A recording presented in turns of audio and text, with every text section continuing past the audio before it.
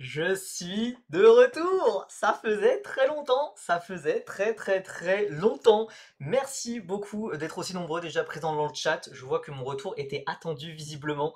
Ça fait trop plaisir. Ça fait trop plaisir de vous revoir, même si évidemment on avait l'occasion de se parler toujours sur le serveur Discord. Donc on était toujours en contact, on était toujours en lien. N'hésitez pas à rejoindre le serveur Discord d'ailleurs que Julien Enviave a remis au niveau dans le chat. Ça fait trop plaisir. Bon, je vois pas les messages que vous. Bon, ouais, le chat a un peu bugué là, de ce côté. Attendez, je vais l'ouvrir sur mon téléphone. Je suis plus en forme que mon ordinateur, visiblement, comme souvent, j'ai envie de dire. Merci beaucoup pour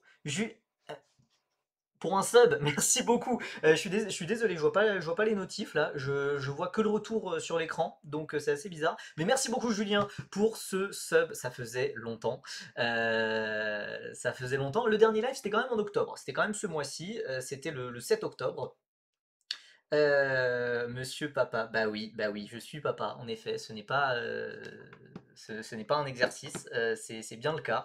Je suis bien papa. Attendez, pourquoi bon, je vais pas voir le chat visiblement, hein. Je vais pas voir le chat, c'est dommage. C'est sympa le chat de temps en temps. Ah, c'est bon, a priori je crois que c'est bon.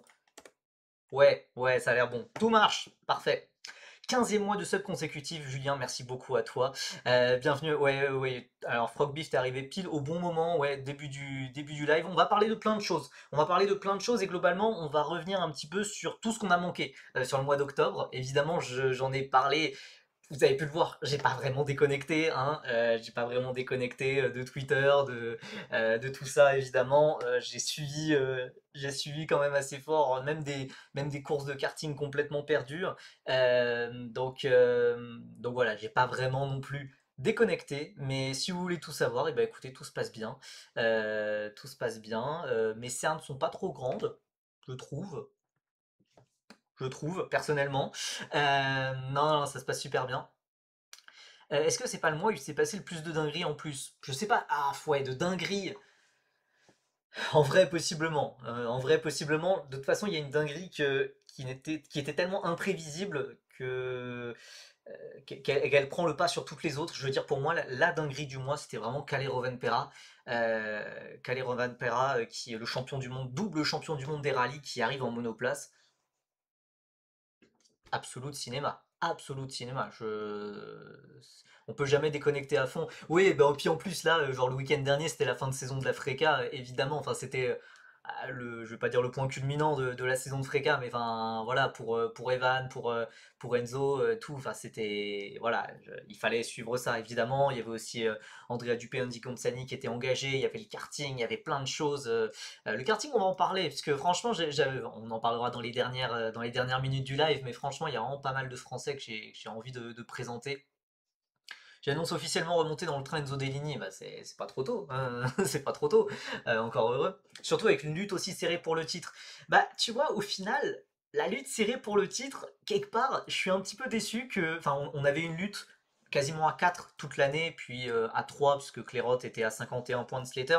Et au final, bah, j'ai un petit goût d'inachevé en bouche. Le fait que le titre se soit achevé si rapidement, samedi, avec une course d'avance, bah voilà, on a perdu un petit peu du suspense qu'on avait. Après, ça a quand même pimenté le dimanche complètement dingue avec la bataille RS Prema, où ça s'est fait des coups bas exceptionnels. Euh, donc voilà, mais c'est vrai que côté pilote, je sais pas, j'aurais vraiment bien aimé que Slater de Palo, voire même Deligny, soit mathématiquement toujours en lutte le dimanche. Bah, au final, voilà, Slater il a assommé tout le monde et De Palo et Deligny ont été éliminés par des rivaux, par d'autres pilotes qui n'étaient pas spécialement impliqués, mais donc voilà. Beaton qui part aux USA après avoir gêné les RS, on va en parler, hein, on va en parler des Freca, hein, mais la stratégie des Préma en Freca, mais c'est. Ouah, c'est honteux, hein. C'est honteux. Euh, c'est honteux. Quelqu'un a environ 1,5 million d'euros, c'est pour une bonne cause. Ouais, je viens de repartager ça sur Twitter. Andy Consani qui a fait un long post LinkedIn où il explique que les prix d'une saison complète de F4 italienne, F4 émirati, etc. D'une saison complète en F4 avec les meilleures conditions, on va dire, c'est entre 1,2 et 1,5 million. Je vais pas faire le gars choqué, c'est les chiffres que j'avais entendus. Donc après, ça m'étonne, peut-être ça m'étonne un petit peu plus que ça soit vu qu'il est chez R-Ace, ça m'étonne un peu plus puisque c'est des chiffres que j'avais plutôt entendus chez Prema. Donc voilà, c'est plus Robert que Andy à mon avis. Je crois que c'est ni Robert ni Andy, je crois que c'est la maman, hein. Je crois que c'est je crois que c'est Alexandra qui fait les messages LinkedIn, si je ne dis pas de bêtises. J'ai loupé les messages d'Andy. Bah écoutez, attendez. Pouf, 1 million pour faire de la F4 régionale, c'est abusé en vrai. Bah c'est oui pour de la F4 nationale. Enfin après c'est vraiment pour faire un programme complet de chez complet, genre F4 Emirati, F4 italienne, les dizaines de journées de test, etc. C'est voilà, ça a monté. Oui, Julien, ça a énormément monté. C'était pas le prix chez une équipe de bas de classement en F2. Allez, F3 si j'abuse il y a quelques années. Si, si, si, mais tout comme il y a l'inflation quand vous allez acheter votre baguette à la boulangerie, il y a de l'inflation aussi pour les saisons de formule régionale, pour les saisons de F4, pour les saisons de F2. On atteint, et j'en avais parlé sur un live précédent, et j'avais des collègues qui étaient présents qui étaient présents à Monza. Attendez, LinkedIn Andy Consani. Et qui m'ont ramené les mêmes prix. Donc, non mais attends, je te remets le poste d'Andy. Blablabla, Formule 4 Italie, RS Grand Prix, c'est très bien. Voilà. Alors, j'ai commencé en F4 France, qui est le championnat le moins cher des formules de promotion, certes, et qui permet. Attendez, est-ce que vous voyez vous voyez pas mon écran depuis tout à l'heure? Attendez, je vous mets ça.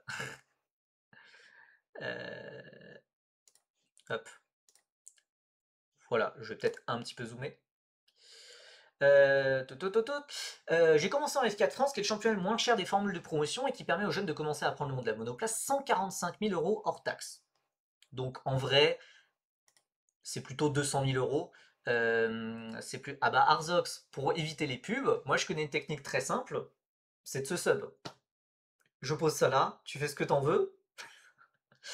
Alors techniquement, la F4 Check est moins cher. Tu vois, je suis même pas sûr, hein. Je suis même pas sûr, hein. Mais donc 145 000 euros hors taxe, en vrai, on peut arrondir très facilement à 200 000, voire même en étant voilà, dans les bonnes conditions, avec les journées de test, etc. C'est plutôt, voilà, on peut aller sur du 300 000 euros, mais 300 000 euros, c'est rien comparé à ce que représente la F4 italienne, comme Andy le précise, qui va souvent de pair avec l'Euro 4, qui est un championnat bonus annexe à côté. Donc ça représente 10 week-ends de course. Avec ça, tu ajoutes la F4 UAE. Avec ça, tu ajoutes une vingtaine de journées de test pour vraiment se préparer. Puisque si tu débarques en F4 italienne, que tu as 0 journée de test, eh ben, tu vas te faire éclater par les pilotes payants. Les pilotes payants. Enfin, voilà, les pilotes payants qui vont faire 40-50 jours de test. Parfois, on a vraiment des chiffres délirants. Euh, et donc, voilà, on arrive à ce chiffre de 1,2, 1,5 million. Alors évidemment, ça dépend toujours. Merci beaucoup Julien qui a offert le sub à Arzox. C'est 40. Attends, alors je sais pas si c'est bon, mais un sub c'est 40 000 moins. C'est 40 000 fois moins qu'une saison de F4. Franchement, bénef, hein. J'avais entendu 250K pour la saison de F4 France avec tous les tests. Ouais, ouais, ouais, ouais, bah ouais. Ouais, oui, c'est à peu près ça, 250K. Après, je pense qu'il y en a qui testent plus, il y en a qui testent moins. Certains vont plus être à 200. Tu vois, par exemple, un gars comme Hugo Hérouin qui teste pas beaucoup, ce sera plutôt 200. Je pense les gens qui font peut-être les tests avec Winfield, peut-être les tests avec Field, je sais pas, Bouzard, etc. Ça sera plutôt 300 000 euros, tu vois. Les subs seront reversés à Andy Gonzani, faut aider.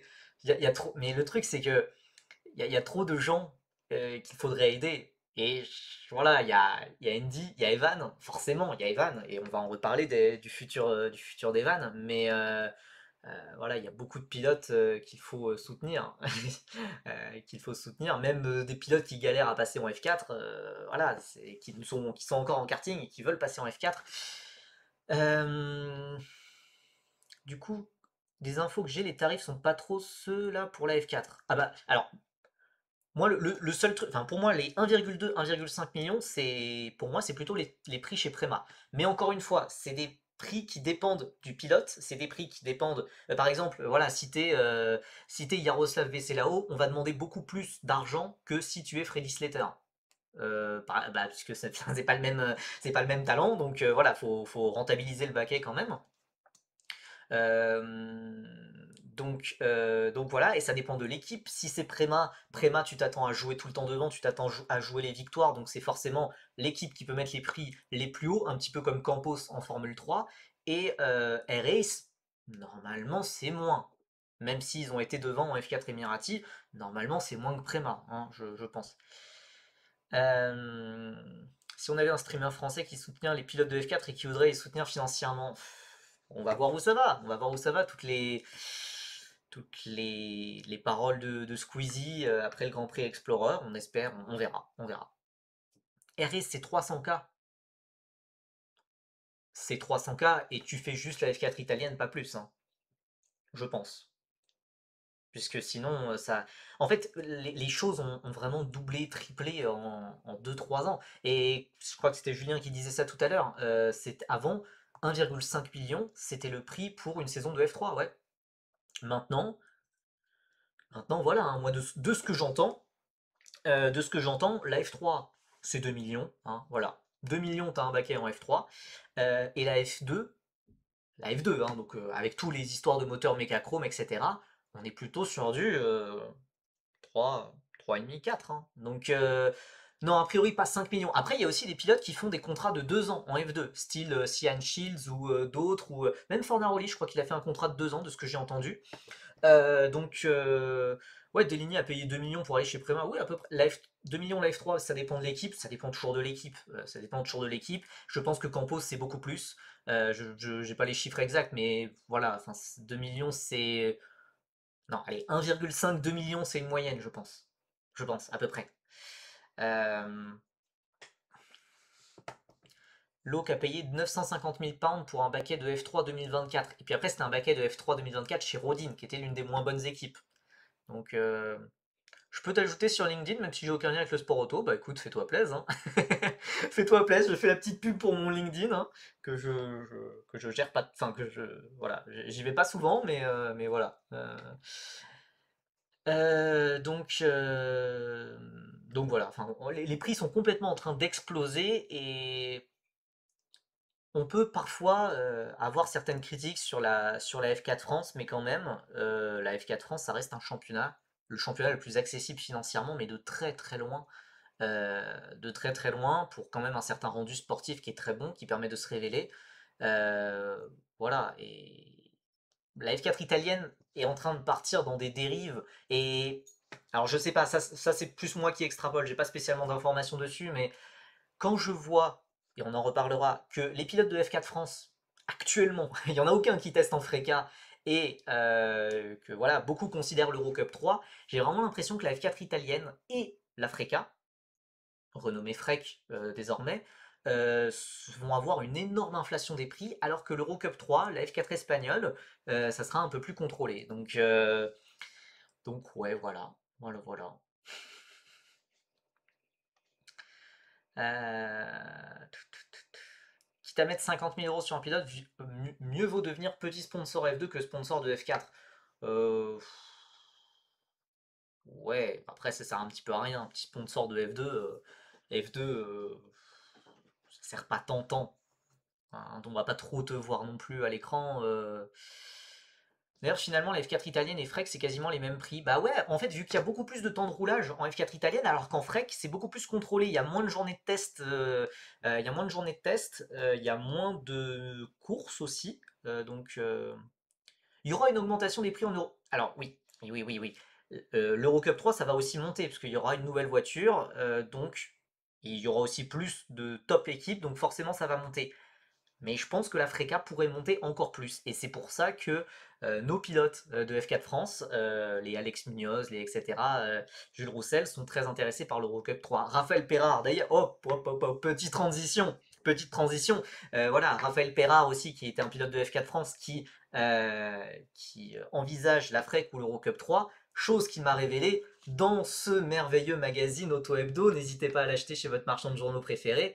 Bon, malheureusement, une c'est Lando Norris, mais bon, bah, c'est lui qui a gagné le dernier Grand Prix, il le mérite, il a fait un super Grand Prix. N'hésitez pas à vous retrouver à me retrouver en page 58 où vous trouverez un splendide entretien. Voilà, voilà. Un splendide entretien avec Raphaël Perrard et son coach Eric Elary. Voilà, que j'ai fait lors de la finale de F4 France au Mans. C'était très très sympa. Euh, et, euh, et voilà, Raphaël Perrard, d'ailleurs, je n'ai pas plus d'informations depuis cette interview, mais voilà, ce serait ou Freck ou Eurocup 3 a priori.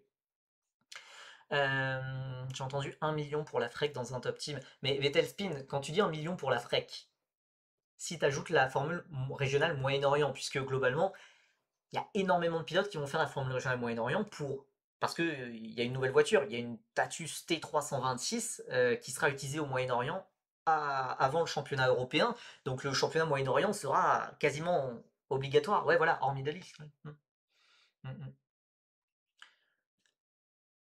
Préma aussi, c'est compliqué, hein. Préma, c'est compliqué. Je sais pas trop où ils en sont. Je sais pas trop où ils en sont en termes financiers. Je sais pas. Je sais pas avec qui. Alors, il y a des pilotes qui sont proches de rouler, qui ont a priori déjà signé avec eux en Freck, mais l'avenir de Préma est très flou, comme vous le savez, avec toutes les incertitudes financières qu'il y a autour d'Iron Lynx, enfin des propriétaires, etc. Oui, la formule régionale française de l'IJ, elle est là pour l'Amérique globalement, enfin ouais, pour les États-Unis. Pour l'instant, elle n'est pas utilisée ailleurs. Peut-être qu'elle le sera à l'avenir, mais j'ai pas d'informations dessus. Euh, voilà, malheureusement, ouais, le marché est très très verrouillé quand même, hein. Il est vraiment pas mal verrouillé par les Italiens avec Dallara et Tatus, donc voilà. Ouais, Ultimate Cup, tu vois, pourquoi pas. Je sais pas. Je sais pas. Mais oui, il y a un constructeur français de formule régionale, enfin, Migal qui est devenu Ligier. Euh, les équipes ne sont pas autosuffisantes en termes de finances avec ces prix. Non. Bon, en tout cas, non, non, sinon il n'y aurait pas autant de difficultés financières pour les équipes et non, non, non, non, elles sont pas autosuffisantes. C'est pas assez. Une petite formule régionale France, bah, Ligier, bah, à l'époque, j'ai pas connu ça, hein, c'est même pas de quand j'étais petit, hein, c'est vraiment il y a très longtemps. Il y avait de la F3 France, de la Formule 3 française, je sais pas si vous vous rendez compte du truc.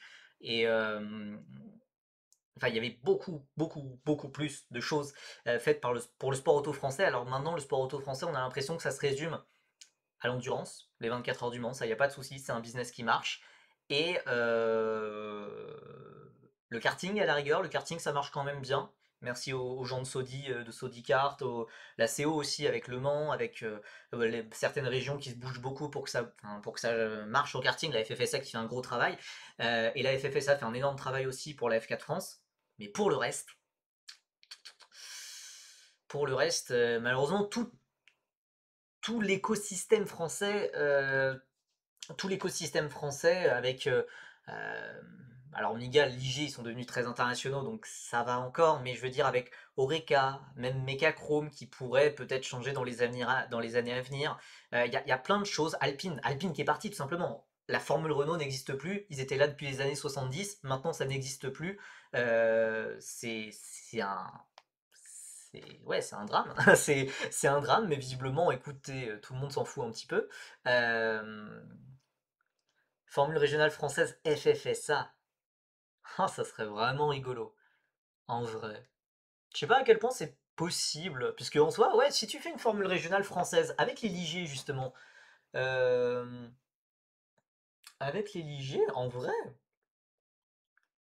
ah, évidemment, c'est toute une organisation, enfin, c'est toute une organisation à faire, mais je sais pas trop ce qui pourrait poser souci.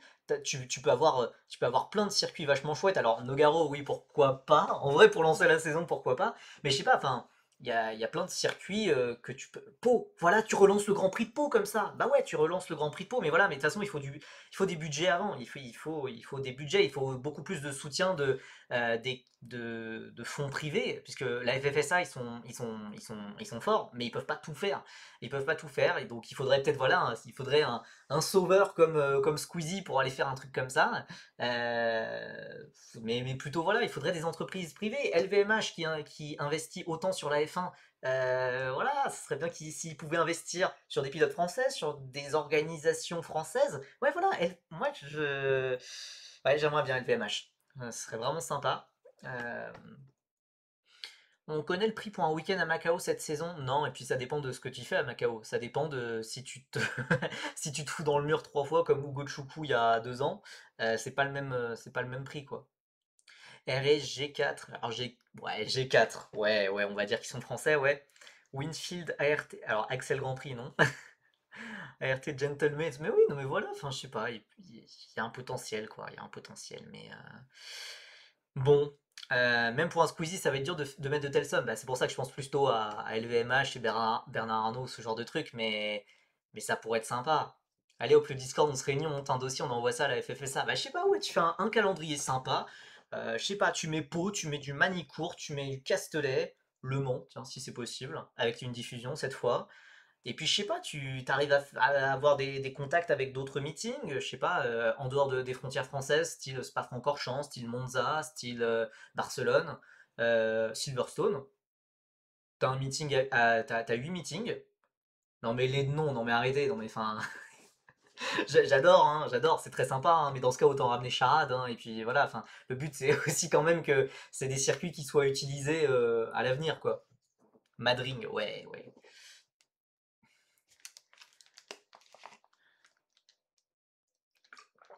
Ouais, bon écoutez, ouais, non, mais Pau, c'est un must. Un petit Grand Prix urbain,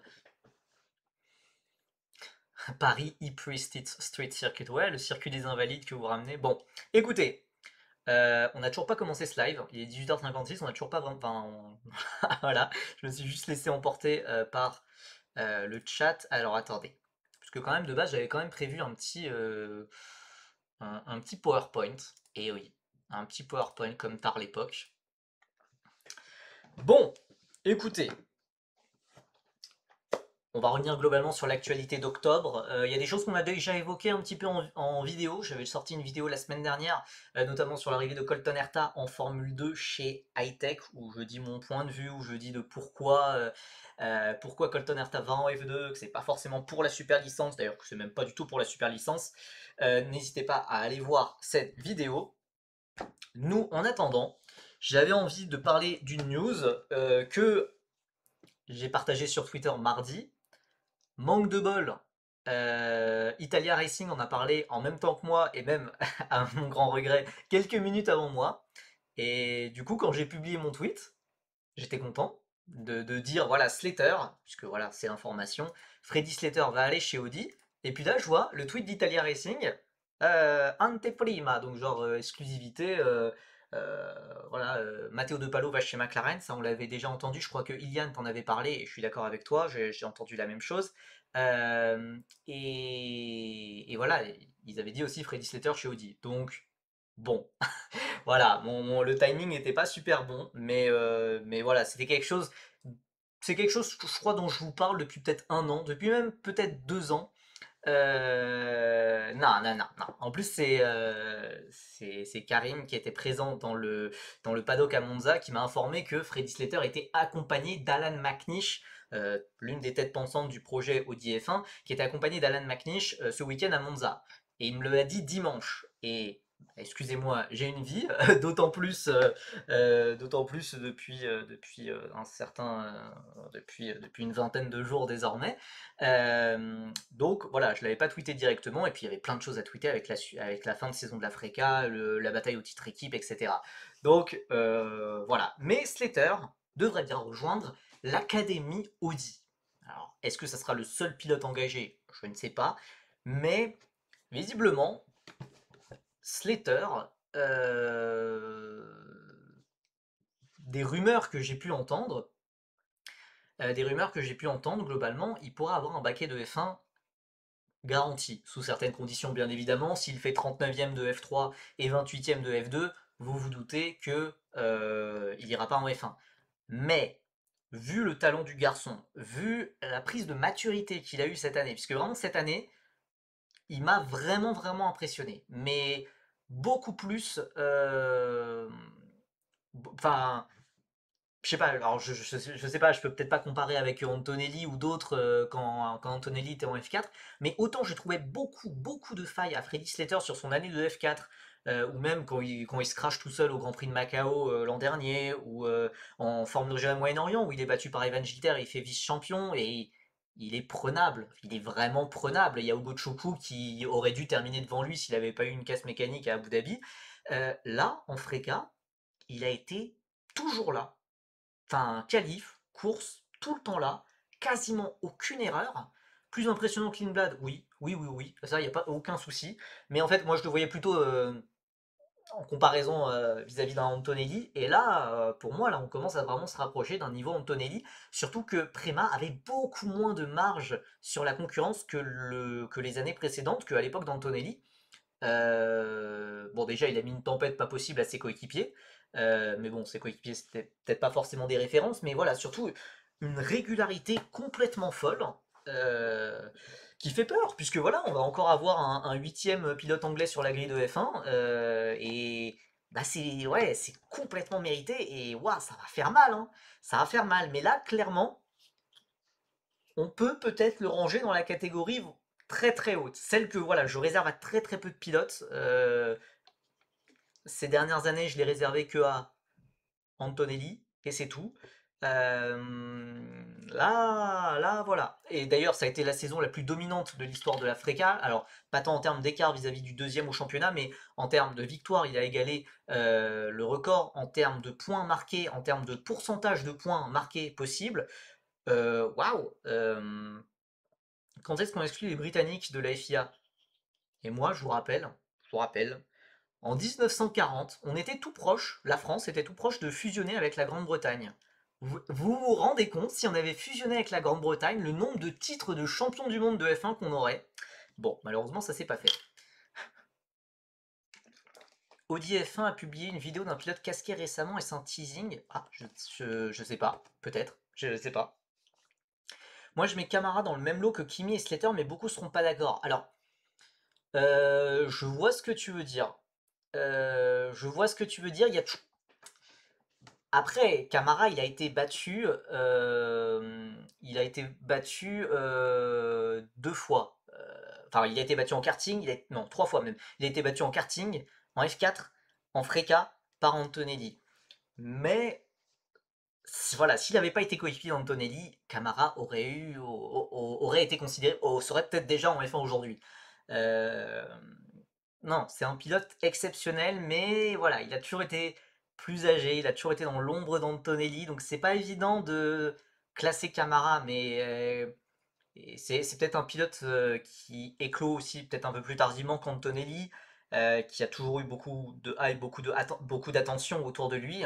Euh, je- Oui, la phrase commençait très mal, je vois ce que tu veux dire, mais voilà.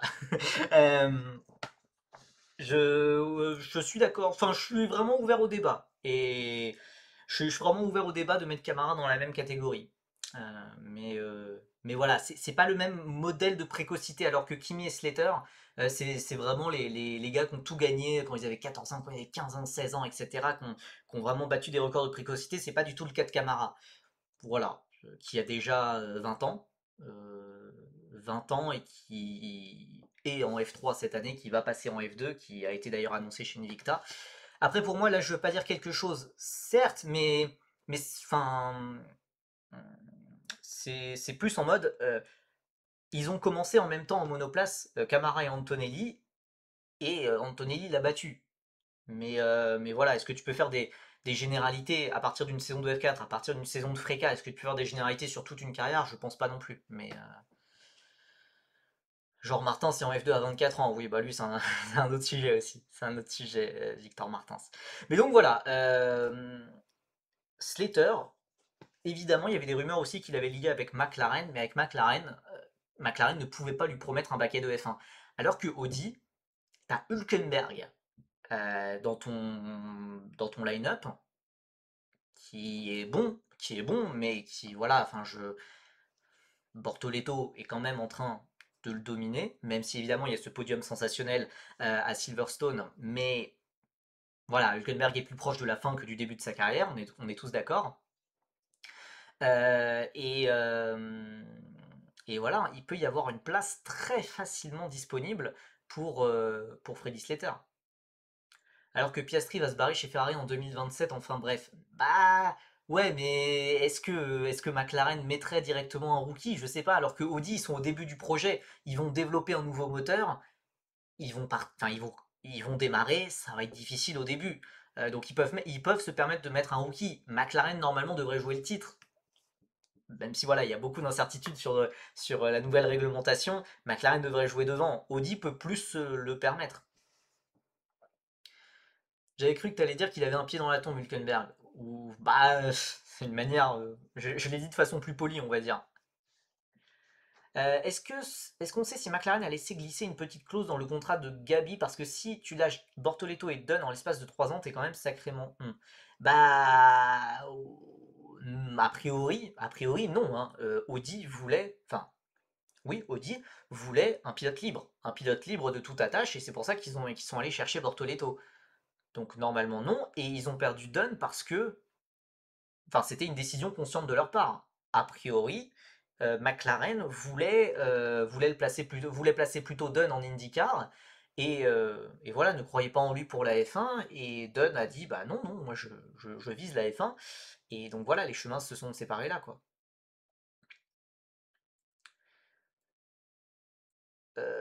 Antoine FRT, ouais, il y a des 2006 avec potentiel F1, enfin avec des potentiels pour la F1, oui, Adjar il est né en 2004, mais sinon Antonelli, Soloff, ouais, pourquoi pas, ouais, je sais pas, hein, je pense qu'il y a encore beaucoup de questions auxquelles répondre, je pense. Giusti, pourquoi? Ah bah oui, mais Giusti et Taponen aussi, il faut mettre Taponen forcément. Taponen, je suis désolé, pour moi, Evan Gilter peut complètement rentrer dans cette catégorie, hein, même si, voilà, ça va être compliqué, mais voilà. Tu lâches deux mecs hyper talentueux sur qui t'as posé de l'argent pour les laisser partir chez Red Bull et Audi. Alors, chez Red Bull, c'est pas fait, hein. C'est pas fait non plus, hein, pour Alex Dunn, hein. C'est pas si évident non plus que Alex Dunn aille chez Red Bull, hein. Vite dit, potentiel F1 pour Taponen. Moi, c'est ce que je crois. Maintenant, je le vois peut-être un peu trop beau, et je me laisse peut-être trop influencer en me disant ah, mais en 2024 sa voiture était pas bonne, en 2025 ah, sa voiture était pas bonne, et malgré ça il arrive à faire des bonnes performances. Peut-être que je le vois trop beau, mais de toute façon il y a quelque chose qui va régler les choses une fois pour toutes. Ça va être la saison prochaine où il sera coéquipier de Giusti, où il sera coéquipier de Colnaghi, Mattia Colnaghi, attention à Mattia Colnaghi, pilote né en 2008. Voilà. Après, si Evan défonce le championnat où il sera l'année pro, pourquoi pas? Oui, mais si Evan est champion de Fun Cup, tu vois, ça va pas l'amener bien loin pour la F1. Mais non, non, de façon plus sérieuse, même s'il arrive à aller en Super Formula Lights au Japon, ou s'il arrive à aller aux États-Unis, pour raccrocher les wagons ensuite pour la F1, c'est compliqué quand même, hein. Ça va être compliqué.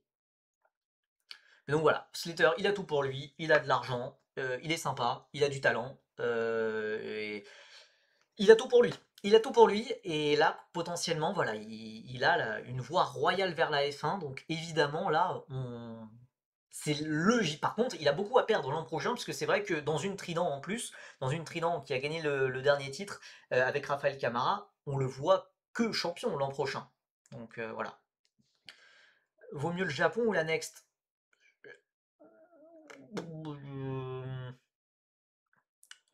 J'ai envie de dire, le Japon, tu peux voir les courses. En tout cas, la Super Formula Light, tu peux voir les courses. L'Indy Next, c'est payant. Donc voilà. Sinon, sportivement, j'ai plus de mal à le voir en Next, puisque là, il y a déjà eu pas mal de tests. D'ailleurs, non, je crois pas que ma prochaine diapo soit sur Martins, mais il y a déjà eu pas mal de tests et il en fait pas partie. En Super Formula Light, je me dis, peut-être un peu plus. Je sais pas. Je sais pas. Et il fait pas le malin comme son frère Slater. Oui, Freddy Slater, c'est un gars bien, contrairement. Enfin, c'est un gars bien. en tout cas de ce que je sais, de ce qu'il laisse paraître aussi, contrairement à son petit frère Alfie Slater, qui pète plus haut que son cul. Voilà, voilà, voilà. J'avais envie de passer sur cette information. Comment il va avoir le budget pour la pour la Super Formula Lights? Pour moi, ça dépendrait pas mal de Honda, hein. Ça dépendrait pas mal de Honda, si Honda peut aider Evan, je sais pas. Je sais pas exactement. Il faut parler de ce sujet que je trouve complètement fou. Kalle Rovanperä, 25 ans, double champion du monde des rallyes 2022-2023, avait déjà fait un test avec Red Bull en F1. Sur des vieilles F1, je crois une F1 de 2013 peut-être, une F1 de l'époque Vettel en tout cas, et visiblement ça s'est bien passé. Du coup, alors qu'il est toujours en tête, hein, non, il n'est pas en tête, il est en lice pour un troisième titre de champion du monde des rallyes cette année face à Elfyn Evans et Sébastien Ogier, il a annoncé, avec le soutien de Toyota, qu'il irait en Super Formula au Japon l'an prochain, et que le but c'était de se préparer pour la F2 en 2027, avec, voilà, et il affiche des rêves de F1. Je n'ai aucune idée de ce que ça peut donner, mais dans un sens, je me dis, enfin, il n'y a pas de raison que ça marche pas. Même si le rallye et la F1 c'est complètement différent, on a déjà vu des très bonnes transitions dans un sens comme dans l'autre, hein. Il y a certains anciens pilotes de rallye, il y a certains pilotes de rallye qui viennent anciennement de la monoplace. J'ai un exemple très random qui me vient en tête, c'est celui de Mathieu Arsenault, qui est complètement disparu des radars. Je sais même pas s'il fait encore du rallye, mais voilà, ce qui est un ancien vainqueur en F4 française, je crois. Euh, bon voilà, Tristan Charpentier, ou voilà, c'est plus aléatoire, mais ça s'est déjà fait. Et même plus tôt, il y a déjà des pilotes de rallye qui ont déjà fait de la monoplace. Sébastien Ogier avait déjà fait top 5 en F4 française lors de la seule pige qu'il avait fait. Sébastien Loeb, lui, avait déjà fait une séance d'essai libre 1 en F1, si je ne dis pas de bêtises, ou au moins des journées d'essai d'après-saison, et avait été très très très intéressant. Et il s'en était pas fallu de grand chose pour qu'il fasse vraiment des week-ends en F1. Donc, je me dis, il y a grave moyen que ça marche, quoi. 2009, ouais, c'était à peu près 2009, c'était avec la. Je sais même plus si c'était avec la Toro Rosso ou la Red Bull, mais c'était à peu près la même chose à l'époque. Euh, j'ai très très hâte. J'ai très très hâte de voir ce que ça va donner. Et évidemment, ne vous en faites pas. Alors oui, il est sûrement pas prêt aujourd'hui, mais Toyota a investi beaucoup sur lui et le fait déjà rouler d'ailleurs avec des F2, d'ailleurs avec des F2 de l'ancienne génération, avec Hightech, puisque Toyota est en partenariat avec Hightech. La folie quoi, la folie. Je ça peut être un gigantesque flop, tout comme ça peut être l'histoire du sport automobile qui est écrite. Enfin, peut-être qu'il va écrire l'histoire du sport automobile. Voilà, j'ai tant de questions. Enfin, mais voilà, ça montre aussi que voilà, il a envie de nouveaux challenges. On le savait déjà fin 2023 quand il s'est un petit peu écarté du rallye à plein temps, quand il a fait un petit peu d'autres choses. Euh, il voulait tester d'autres choses et là, bah, là, il teste. Il va sur les circuits. J'ai juste trop hâte.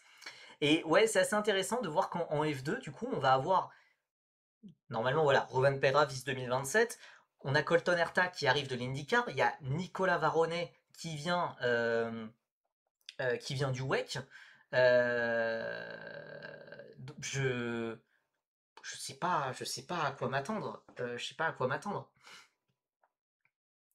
C'est une très mauvaise image pour le WRC. Non, non, non, non. Non, contrairement à Varronnet ou Colton Herta, le Rovanperä ne joue rien pour le WRC. Là, c'est juste sur un coup de tête, il pète un câble et il se dit allez, j'en ai marre du rallye, je veux tester d'autres choses. Varronnet et Herta, c'est différent, puisque ça reste déjà enfin, des championnats sur circuit, ça reste quelque chose de différent. Pour Varronnet, j'aime pas trop le move parce qu'il avait une carrière qui semblait aller bien en endurance. Il était pilote chez Proton en hypercar, même si ça s'est pas super bien passé son année 2025. Mais Colton Herta, il passe de la monoplace, enfin monoplace sur circuit à monoplace sur circuit. Donc ça met toute la légitimité de l'IndyCar sur les épaules d'un pilote. Alors que bah, en WEC, enfin voilà, c'est complètement différent. Surtout que Varone, c'est pas spécialement un top pilote du WEC, même s'il a probablement un très bon talent, un très bon potentiel, c'est pas un top pilote reconnu comme tel. Alors que Colton Herta, c'est un top pilote du championnat IndyCar depuis des années. Et là, enfin voilà, c'est extrêmement dangereux pour l'IndyCar. Pour le WEC, je pense qu'ils s'en foutent un petit peu de perdre Nicolas Varone. Pour le WRC, c'est plus dommage de perdre Rovan Pera, mais si Rovan Pera flop complètement, ça va rien changer à la légitimité du WRC. Je pense que le WRC a beaucoup d'autres choses à gérer, comme les nouvelles réglementations, le niveau des WRC, des Rallye 2, etc. Ils ont beaucoup d'autres choses à gérer. Vraiment, la carrière de Roman Pera, passer de rallye au circuit, c'est son problème, et grand bien lui en face, j'ai envie de dire. Et voilà, c'est juste, ça peut écrire l'histoire du sport auto, tout comme ça sera peut-être un énorme flop, et peut-être qu'il reviendra au rallye cross, ou je sais pas.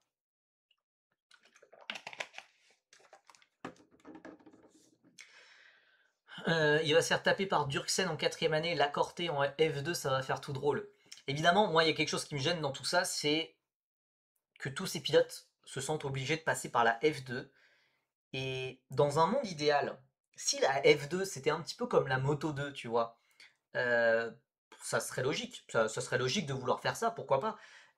Mais la F2, il y a tellement de critiques sur ça, sur les différences de performance, sur les problèmes de fiabilité, je, je comprends pas trop. Je comprends pas trop. Alors après, avec Hightech, à la fois pour Erta, à la fois pour Rovan Pera, Hightech, c'est l'une des équipes qui a le mieux géré le changement de réglementation, hein. Ils ont joué le titre avec Polaron, ils jouent le titre actuellement avec Luke Browning. Voilà, la nouvelle F2, ils l'ont comprise. Mais ouais, quand même, quoi. Quand même, c'est un petit coup de poker. C'est un petit coup de poker. Et puis encore pire, voilà, Nicolas Varone qui va quitter le WEC pour aller chez Van Amersfoort, qui est l'une des 3-4 moins bonnes équipes actuellement en Formule 2. Certes, c'est très bien, et puis t'as fait parler de toi sur les réseaux sociaux, enfin, l'histoire est complètement folle là aussi, mais voilà, qu'un hashtag arrive à propulser un pilote comme ça en Formule 2, que il y ait tout un engouement autour de ce pilote en Argentine, qu'il y ait tout un engouement qui arrive à attirer les entreprises privées, des sponsors autour de Varone, c'est une histoire complètement dingue, mais voilà, ouais, je comprends pas. Le pire, c'est pas quitter le WEC, c'est quitter l'IMSA où il pilote usine Chevrolet. Attends, Chevrolet? Attends, Chevrolet. Chevrolet, attends, c'est quel groupe Chevrolet? Puisque, en fait, je crois que le fantasme des Argentins, c'est qu'il est pilote General Motors. Ouais, c'est General Motors. Et donc, General Motors, ça pourrait faire de lui un pilote Cadillac en F1. Voilà, c'est extrêmement capillotracté, mais voilà, c'est le fantasme de beaucoup d'Argentins, comme quoi Nicolas Varone sera en F1 chez Cadillac parce qu'il pilote pour Chevrolet en IMSA. Bon, voilà. Varone, moi je le vois juste comme un pilote qui saisit une opportunité inespérée pour ne rien regretter. Je peux comprendre. Et c'est un petit peu similaire à ce qu'a pu faire Dorian Pain. Elle n'est pas passée en F2, elle est passée plutôt en F4, en F1 Academy, en F4 Emirati, etc. C'est à peu près similaire. Une carrière naissante avec une trajectoire vraiment ascendante dans le monde de l'endurance. Et tu mets tout en Jeopardy, ouais, tu mets tout en jeu. Enfin, euh, je sais pas, tu mets tout en jeu, tu fais un gros coup de poker en me disant, attends, j'ai une chance pour aller en monoplace, on sait jamais, peut-être que la F1 sur un malentendu ça peut passer. Je peux comprendre l'idée. Après, je comprends mieux l'idée quand c'est Dorian Pain qui a 19 ans, je crois qu'elle avait 19 ans à l'époque, qui. Enfin, c'est encore un âge acceptable. Nicolas Varone, il a 24 ans, il passe en F2. Je souffle un petit peu plus, quoi. Ça montre quand même le buzz de la F2 comparé à des championnats mondiaux. Bah. Enfin, oui, mais tu vois, sur les réseaux sociaux, par exemple, les pilotes de F2, ils sont moins suivis que les pilotes de F1 Academy. Donc, ouais. Mais oui, enfin, la F2 semble en train de changer, et puis on sait qu'aussi Stefano Domenicali, son fantasme aussi, c'est de faire de la F2 et de la F3 comme Moto 2, Moto 3. ou alors, ou l'inverse, de transformer la moto en truc un peu en F2, F3. En tout cas, de rapprocher le fonctionnement de ces championnats de formules de promotion, ce qui n'est pas vraiment le cas en moto, mais beaucoup plus en monoplace. Je... J'adore l'idée, j'adore l'idée. S'il n'y avait pas ces soucis de moteur, je serais ultra hypé par le fait de voir Erta, Rovanpera, Varone, tous ces pilotes qui viennent d'horizons différents. Mais en l'état, ça, bah, ça m'embête un peu. Voilà, ça m'embête un peu. Lisa a pris 8000 abonnés après sa course F1 Academy de 6000 à 14000. Ouais, encore, je m'attendais à plus, honnêtement. On va pas se mentir, on sait pourquoi les pilotes de F1 Academy sont plus suivis que les pilotes de F2. Bah, non, pas forcément. Enfin, pas forcément. Non, pas forcément, en fait. Pas forcément, évidemment. Enfin, ça fait plus parler des pilotes féminines, mais sinon.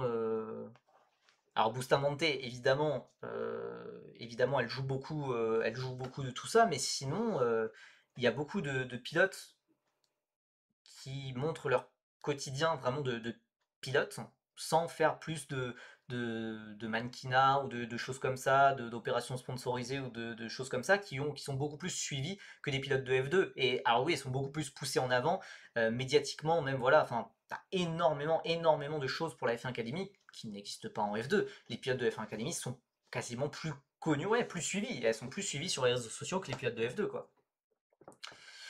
Donc bon, voilà, c'est intéressant, j'ai hâte de voir ce que ça va donner déjà dans un premier temps Super Formula. Et, euh, et aussi, peut-être qu'on le verra dès cet hiver. Dès cet hiver, on le verra en Formule régionale Océanie. Euh, Vous savez, voilà, championnat hivernal avec les anciennes, les Tatus T3 318, les Tatus de première génération, où il pourrait faire ses débuts, vu que c'est un championnat co-organisé par Toyota, pourquoi pas, avec des moteurs Toyota, pourquoi pas. Donc à voir s'il va faire ce championnat hivernal. Il ne pourra pas aller chercher les points de super licence. D'ailleurs, la Froc qui change de nom, la Froc qui passe de enfin qui va passer de Froc à Frotte. Je sais pas si c'est forcément mieux, mais voilà, puisque ça devient un trophée et non plus un championnat, parce qu'on passe de 5 à 4 meetings pour réduire les coûts, et bah, il y a moins de points de super licence. Voilà. Du coup, on passe à 6 points de super licence au lieu de 18 comme il y a eu pour Arvid Lindblad cet hiver. Voilà. J'ai pas compris leur réforme de faire passer les championnats en des trophées. J'ai pas compris. Mais du coup, au revoir la froc et bonjour la frotte. C'est un acronyme catastrophique. Allez, on passe à notre premier pilote français dans la pyramide des formules de promotion. Totor, Victor Martins, qui a testé en Indy Next, au Chris Griffiths Memorial Test, qui est globalement la plus grande journée d'essai d'après-saison en Indy Next sur le tracé routier d'Indianapolis.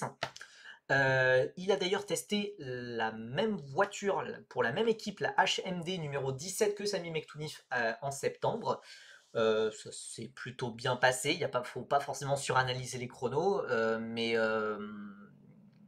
voilà, j'avais juste envie de mentionner que les choses ont changé et le niveau de l'Indy Next est en train de changer puisque avant, dans le passé, enfin il y a quelques années, les pilotes de F2 qui ne montaient pas en F1, ils allaient directement en IndyCar. Ils passaient pas en Indy Next, qui est l'antichambre de l'IndyCar, style Christian Lundgaard, Marcus Armstrong, etc. Mais voilà, maintenant Denis Sauger a tracé la voie et on passe en Indy Next avant d'aller en IndyCar. Bon, Denis Sauger lui a été champion et est désormais en IndyCar. Euh, voilà, normalement, alors même si le niveau du championnat est en train de monter, d'ailleurs il y a pas mal de pilotes européens qui testent actuellement en Indy Next, c'est notamment le cas du Polonais Timek Kucharczyk, champion d'Euroformula, c'est notamment le cas d'Enzo Fittipaldi, un ancien de la F2. Euh, Auger a fait 3 ans de F2? Ouais, ouais, carrément, 2022, 2023, 2024, ouais, ouais. J'ai fait un calcul dans ma tête qui était pas le bon. Euh, donc, voilà. Il y avait des médias, alors je sais toujours pas la fiabilité de ce truc, Auto Trends Magazine, mais je crois que ça fait plus du clic qu'autre chose, qui disait que Martin c'était très proche d'un baquet chez Alpine en WEC, en hypercar. Je sais qu'il fait partie des candidats, mais eux ils avaient l'air de l'annoncer en mode ouais c'est quasiment officiel. Ah, The Race aussi? Vextrig, il y a aussi The Race qui annonce Martin sans WEC? Parce que par exemple là, dans ce formidable auto-hebdo, où vous pourrez notamment retrouver mon article en page 58 avec Raphaël Perrard et Eric Hellary, ils parlent justement de Victor Martins. Et ils disent que considère l'Indy Next comme une option sérieuse pour préparer un futur en IndyCar, alors qu'un second roulage en essai libre 1 chez Williams F1 pourrait intervenir lors du Grand Prix d'Abu Dhabi. Bon, ça je vous l'avais annoncé que Victor Martins allait se séparer de Williams en 2000, enfin, pour la saison 2026, mais que ça ne changerait rien et que dans son contrat il y avait 2 séances d'essai libre 1 et qu'il aurait le même nombre que Luke Browning, qui a déjà fait 2 séances d'essai libre 1. Martins en a déjà fait une, il devrait en avoir une deuxième à Abu Dhabi. Voilà, on ferme la parenthèse. Voilà, n'hésitez pas à vous procurer cet excellent numéro d'Auto Hebdo avec un article complètement dingue en page 58. Donc voilà. Et je comprends pas, il y a des messages, mais genre déjà là, il y avait un message précédent, je pense que ça peut partir en bas, non? Je comprends pas. J'ai l'impression que c'est des gens qui sont complètement déconnectés du chat et je ne sais pas. Je ne sais pas. Voilà, les modos, je vous laisse. Il y a plein de gens bizarres. Bah oui, enfin, déjà la dernière fois, enfin, déjà, oui, il y a 10-20 minutes, j'ai pas compris. Ouais, pas compris. Bref, hmm. Ouais, ça fait très Dan Internet, je suis d'accord. D'ailleurs, peut-être que vous êtes tous des gens faux et que vous envoyez des commentaires, enfin, que c'est juste des intelligences artificielles qui m'envoient des commentaires ou des bots qui m'envoient des commentaires, peut-être. Les modos, Homero et les gens dans sa tête. Mais non, mais attends, les modos. Attends, il y a que Homero en modo? Ah.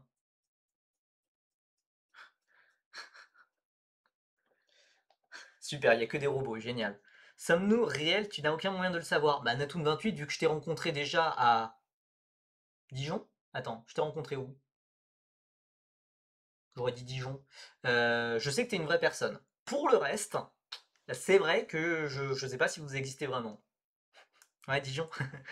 Euh, ah bah oui. Oui, bah Docteur Hello, croyez-moi, oui, elle est modératrice, ouais. Ça y est pas... Et elle, c'est une vraie personne, ça je peux vous l'assurer, il n'y a aucun souci là-dessus. Bon, on s'est un petit peu perdu. On s'est un petit peu perdu. Bref, il se souvient plus où il t'a rencontré parce que la rencontre n'a jamais eu lieu. Non mais ça va, je sais encore qui j'ai rencontré, je pense. Bref, voilà, je ne sais pas ce que ça va donner l'avenir de Victor Martins, mais au moins il y a des pistes. Au moins il teste, au moins il y a des rumeurs, et voilà, au moins il existe quoi. Bon, ah oui, alors même si on fera en temps et en heure bah, lors du week-end du Grand Prix de Macao qui est à la mi-novembre, j'avais envie, enfin il y a aussi l'entry list qui est sortie, j'ai très hâte de ce week-end, à la fois la partie Formule régionale, à la fois la partie F4, le Grand Prix de Macao. Déjà, il y a énormément de Français engagés, donc ça c'est très chouette. Et ça va être, voilà, il y a plein de choses intéressantes à suivre. Ça va être la dernière, notamment la dernière course en Formule régionale pour pas mal de pilotes. On a Enzo Dellini qui est chez Air-Race, qui tentera évidemment d'avoir la victoire après sa quatrième place l'an dernier. Il y a Théo Finel qui est de retour en Coupe du Monde de Formule Régionale avec Pinnacle Motorsport. Il y a aussi Evan Gilter qui fera sa dernière avec Hard Grand Prix, associé à Taito Kato, notre japonais toujours sous licence française, probablement sa dernière course sous licence française par ailleurs. On a Owen Tangavelou, notre français mais qui est sous licence vietnamienne, lui par contre pour qui ça sera la dernière course en monoplace. Ça sera aussi la dernière course tout simplement de Saint-Éloque, tout simplement. Alors voilà, ce n'est pas encore officiel, contrairement à Owen qui a déjà annoncé que ça serait sa dernière course. Pour Saint-Éloque, qui ne sera pas présente en Euroclub 3, qui ne sera pas présente en Freak l'an prochain, ça devrait être la dernière course. Bah merci beaucoup Julien Diave pour ce sub offert à notre champion de Formule 4 française Alex Munoz. Je suis arrivé au meilleur moment juste. Alex, on parle de toi. On parle de toi, bah évidemment. Non mais voilà. Alors ça va être un week-end très intéressant à suivre. Donc on a parlé de la Formule régionale et la F4. on a trois Français, on a Alex, notre champion de France F4, on a Jules Roussel, troisième au final, pas deuxième. On a Jules Roussel, on a Ryan Caretti. Ça va être complètement dingue. Je me dis aussi, les Français ont de vrais arguments à avoir parce que c'est la même voiture entre la F4 France et la Coupe du Monde de Formule 4 à Macao, puisque c'est les Ligier, c'est les Mygales qui vont être utilisés, alors que les gens qui viennent de la F4 italienne connaissent que la Tatus. Donc forcément, il va y avoir un petit peu des choses différentes à, pour eux à appréhender. Mais bon, après, voilà, c'est Macao, c'est un circuit urbain. Ça va. Plein de choses à découvrir. Ça va être très, très, très sympa. Plus de F4 espagnol pour Saint-Eloc. Bah, Saint-Eloc, ils ont fait qu'un seul week-end hein, en F4 cette année. Ils ont arrêté après le premier round. Donc voilà. Euh, Hop, 5 euros d'économiser à réinvestir dans un baquet de Freca, Alex. Dans un baquet de Freca ou d'Eurocup 3? D'ailleurs, oui, Alex, alors je sais pas, t'es pas obligé de me répondre dans le chat, mais euh, on a sorti un article avec Feeder Series, enfin non, j'étais pas impliqué dans l'écriture de cet article, et, euh, et dans l'article, qui est écrit par ma collègue italienne Francesca Brussa, elle dit que t'as déjà testé avec Art Grand Prix, mais j'étais pas au courant de ça. Quelle est ta réponse? Puisque voilà, moi je suis pas impliqué là-dedans. Je suis pas impliqué là-dedans, je demande juste. Euh, euh, mais j'ai toujours pas testé. Zut. J'ai toujours pas testé. Ou alors, même Arthur n'a pas testé. Bah voilà, ça me disait rien. Enfin, je sais que je me suis un petit peu éloigné après la F4 française, après la naissance de la petite, etc. Je me sais que je me suis un petit peu éloigné, j'ai pas regardé tous les tests, etc. Mais voilà, de toute façon, j'imagine, Alex, en plus, toi, t'es focus sur, ouais, prise d'otage en plein live pour des réponses, bah ouais, on en profite, on en profite. Mais j'imagine en plus, enfin, à la fois pour Alex, à la fois pour Jules, à la fois pour Ryan, je pense aussi qu'ils vont être plus focus sur Macao et que après Macao, là, ils vont pouvoir tourner ils vont pouvoir passer à l'étape formule régionale et aller tester. Mais je pense que pour le moment, j'imagine, ça va plus se tester, ça va plus se préparer à Macao, je pense. Percy, à quand l'interview du champion de France en live Twitch? Peut-être bientôt s'il est d'accord, hein, s'il est d'accord évidemment, mais je pense voilà début 2026 ça peut être assez sympa à organiser si lui est d'accord. Jules va arriver sur le live bientôt si tu veux le harceler. C'est parfait, on enchaîne, on enchaîne. Ben voilà, après avoir gagné Macao, mais c'est très bien ça. Mais ouais, non mais oui, non mais alors MaxP67, t'as complètement raison. Genre Sato, Kin Nakamura Berta contre Roussel et Munoz, le multiverse. Non mais ouais, l'entry list est complètement folle. T'as Fionn McLaughlin, qui est un pilote Red Bull, champion de F4 britannique, qui va passer en F3 avec Hightech. Bon voilà, t'as nos pilotes de la F4 France, t'as plein de pilotes de F4 japonaises, de F4 chinoises, t'as Kin Nakamura Berta qui a remporté la F4 italienne, t'as Emanuele Olivieri qui a remporté la F4 Emirati, t'as Sébastien Weldon qui a été vice-champion, voilà, t'as même le champion de F4 tchèque, Gino Trappa, Harry Bansal qui a remporté la GB4, Thomas Berman, le petit frère d'Oli Berman, bon, c'est pas trop ce qu'il fout là, mais voilà. J'ai trop hâte. Le seul souci, puisque je vous ai dit qu'on allait suivre le week-end de Macao en live. Le seul souci, en fait, c'est que j'ai regardé les horaires. Je me suis déjà noté les horaires sur mon agenda. Autant la formule régionale, le Grand Prix de Macao c'est à 8h30. La course qualificative c'est à 9h15 la veille, le samedi. Mais la F4, Alex, va falloir préparer le jet lag, hein, puisque Alors attends. Ouais, la course qualificative pour la F4, c'est samedi à 4h40 du matin. Et à dimanche, enfin le dimanche à 2h15 du matin, c'est la vraie course, le Grand Prix de Macao en F4. À 2h15 du matin. Je vous avoue, ça va être compliqué pour moi de streamer ça. On va streamer la formule régionale, 100% sûr. Mais tu pourras m'envoyer les timings. Bah, c'est sur le. Tu les as pas, mais bah, c'est sur le site officiel du Grand Prix de Macao, je crois que je les ai trouvés là-bas. Et ou au pire, attends, je t'envoie les captures d'écran de moi, comme ça tu les as en heure France. Je sais pas si tu préfères les avoir en heure française ou en heure locale.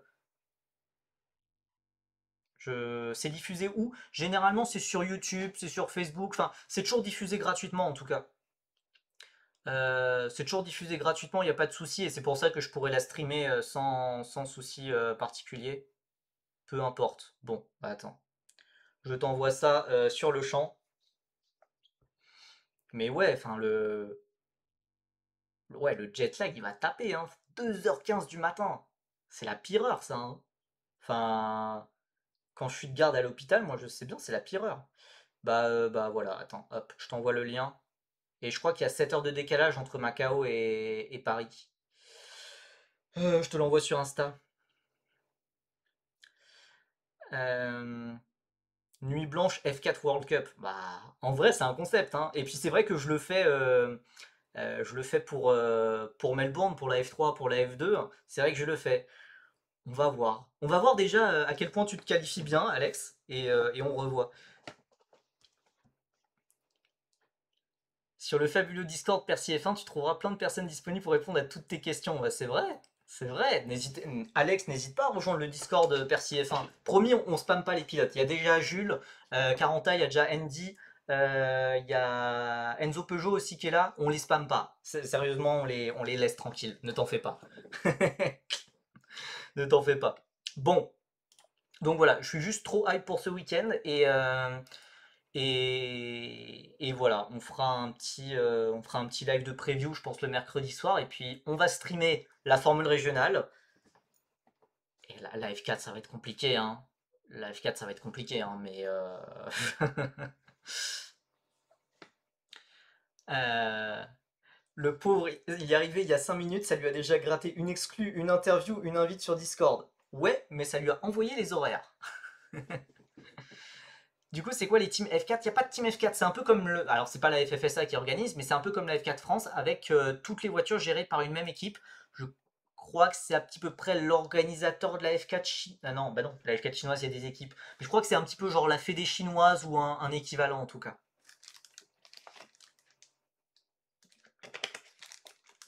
Bon, bah, c'était bien chouette. C'était bien chouette et vraiment voilà, extrêmement hype pour ce week-end. Malheureusement, en même temps, il y aura la finale de l'Eurocup 3.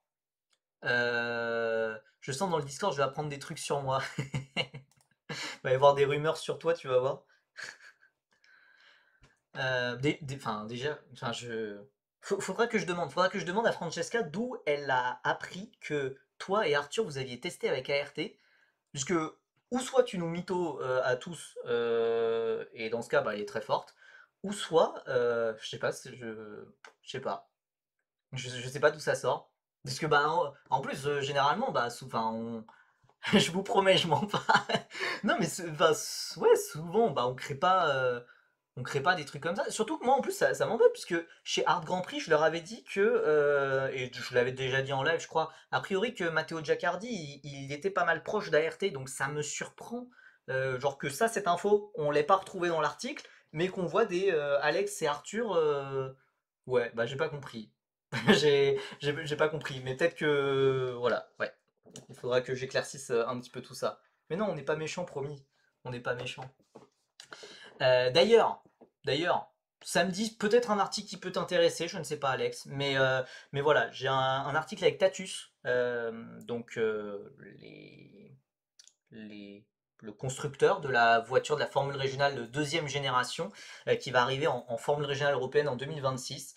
J'ai eu une longue interview avec eux où ils m'ont expliqué plein de trucs sur la nouvelle voiture, etc. Sur plein de choses, sur leurs projets actuellement, sur la future Formule 4 en 2028 ou sur ce genre de choses. Voilà, une interview qui sortira samedi sur Feeder Series.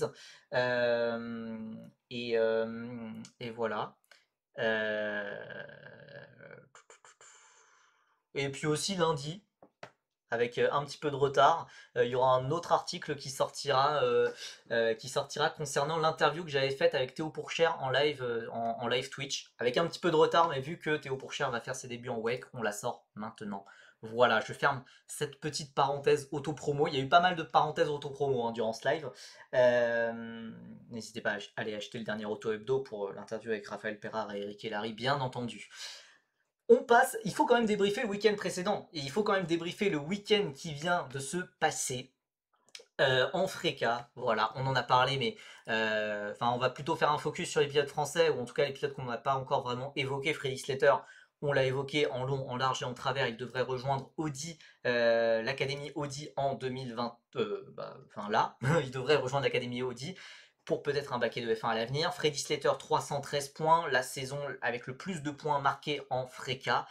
Il devance donc Matteo De Palo, vice-champion devant notre premier français Enzo Dellini, troisième, et qui sauve sa troisième place au championnat juste au nombre de victoires. Donc ça s'est pas joué à grand chose. Il a eu une malchance assez phénoménale quand même durant les deux courses à Monza et même durant les qualifs. Evan Gilter, lui, termine cinquième avec une très très belle série. Hein. Quand même, regarde les 5 dernières courses, il fait 5 top 4 avec 3 podiums, une pole. Et donc, il est P5 et donc il prend les points nécessaires pour la super licence. Enzo Peugeot, un mot sur RPM. Ah oui, d'accord. Ah oui, d'accord. Ah oui. Il n'y a pas à dire, il s'adapte vite à la commu. Ouais, ouais, il est à l'aise. Hein. Donc cinquième, Evan qui décroche donc ses 40 points de super licence. Ça lui sert pas à grand chose, mais au moins il a sa super licence. Akshay Bora est sixième devant Taito Kato, notre champion de France 2024.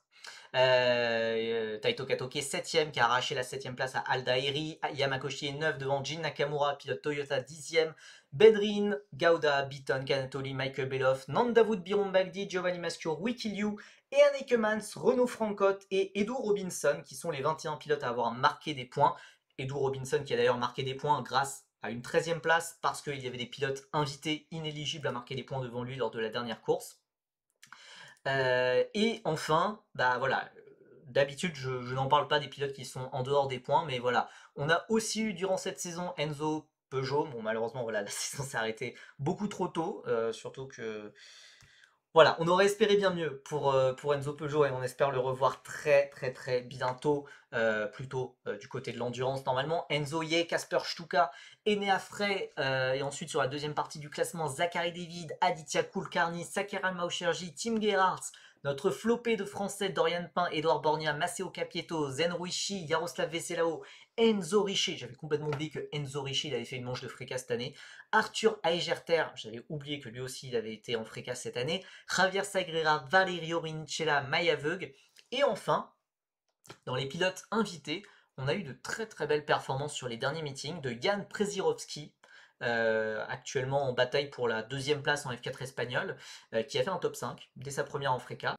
James Egozzi, Thomas Stolz-Hermanis qui a lui aussi été dans le top 10 pour sa première en Freca, Johan Poukoui, Santiago Ramos et Alex Powell. Ouais, il y a quand même eu pas mal de pilotes en Freca, franchement. Déjà, je pense. Alors, on a parlé de Slater, maintenant il faut parler des champions équipes.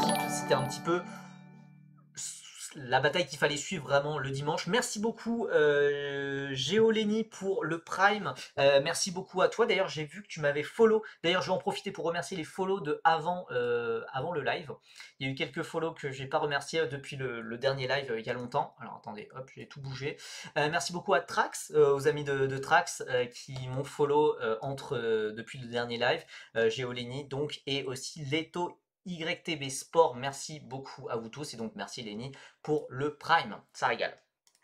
Alors, franchement la bataille, alors RS avait une avance assez importante évidemment sur Prema, mais vraiment Prema a failli faire une remontée complètement dingue à Monza où ils étaient vraiment les plus rapides et Slater lui a été irréprochable de son côté.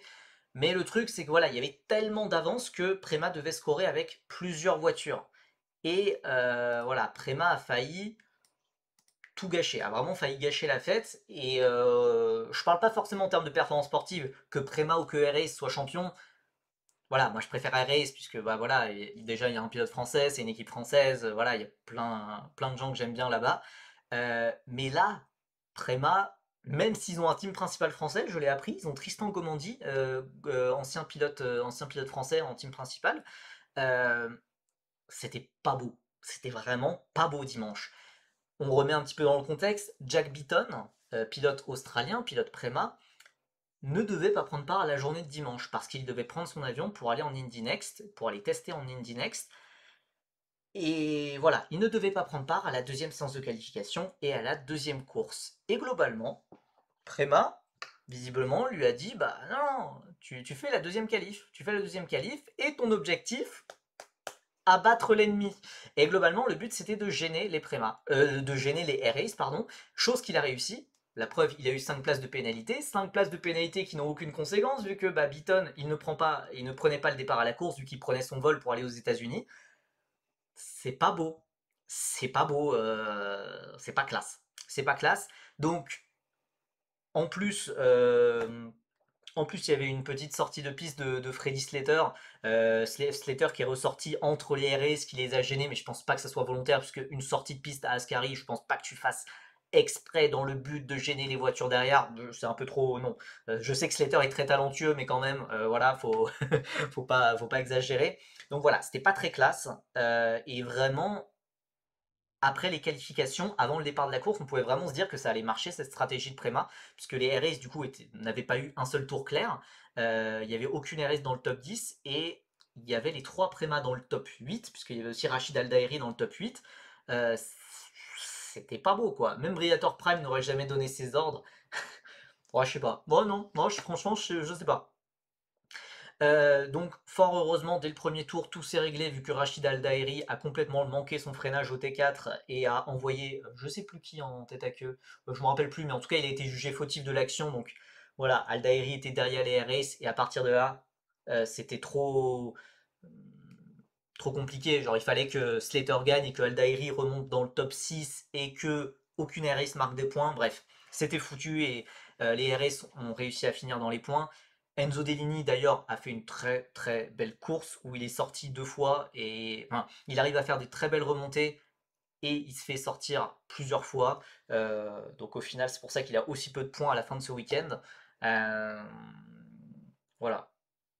Non, bah alors moi aussi au début j'ai cru que c'était Aldairi qui s'était fait rentrer dedans, mais il a été jugé fautif et a reçu une pénalité de 10 secondes qui ne sera jamais appliquée.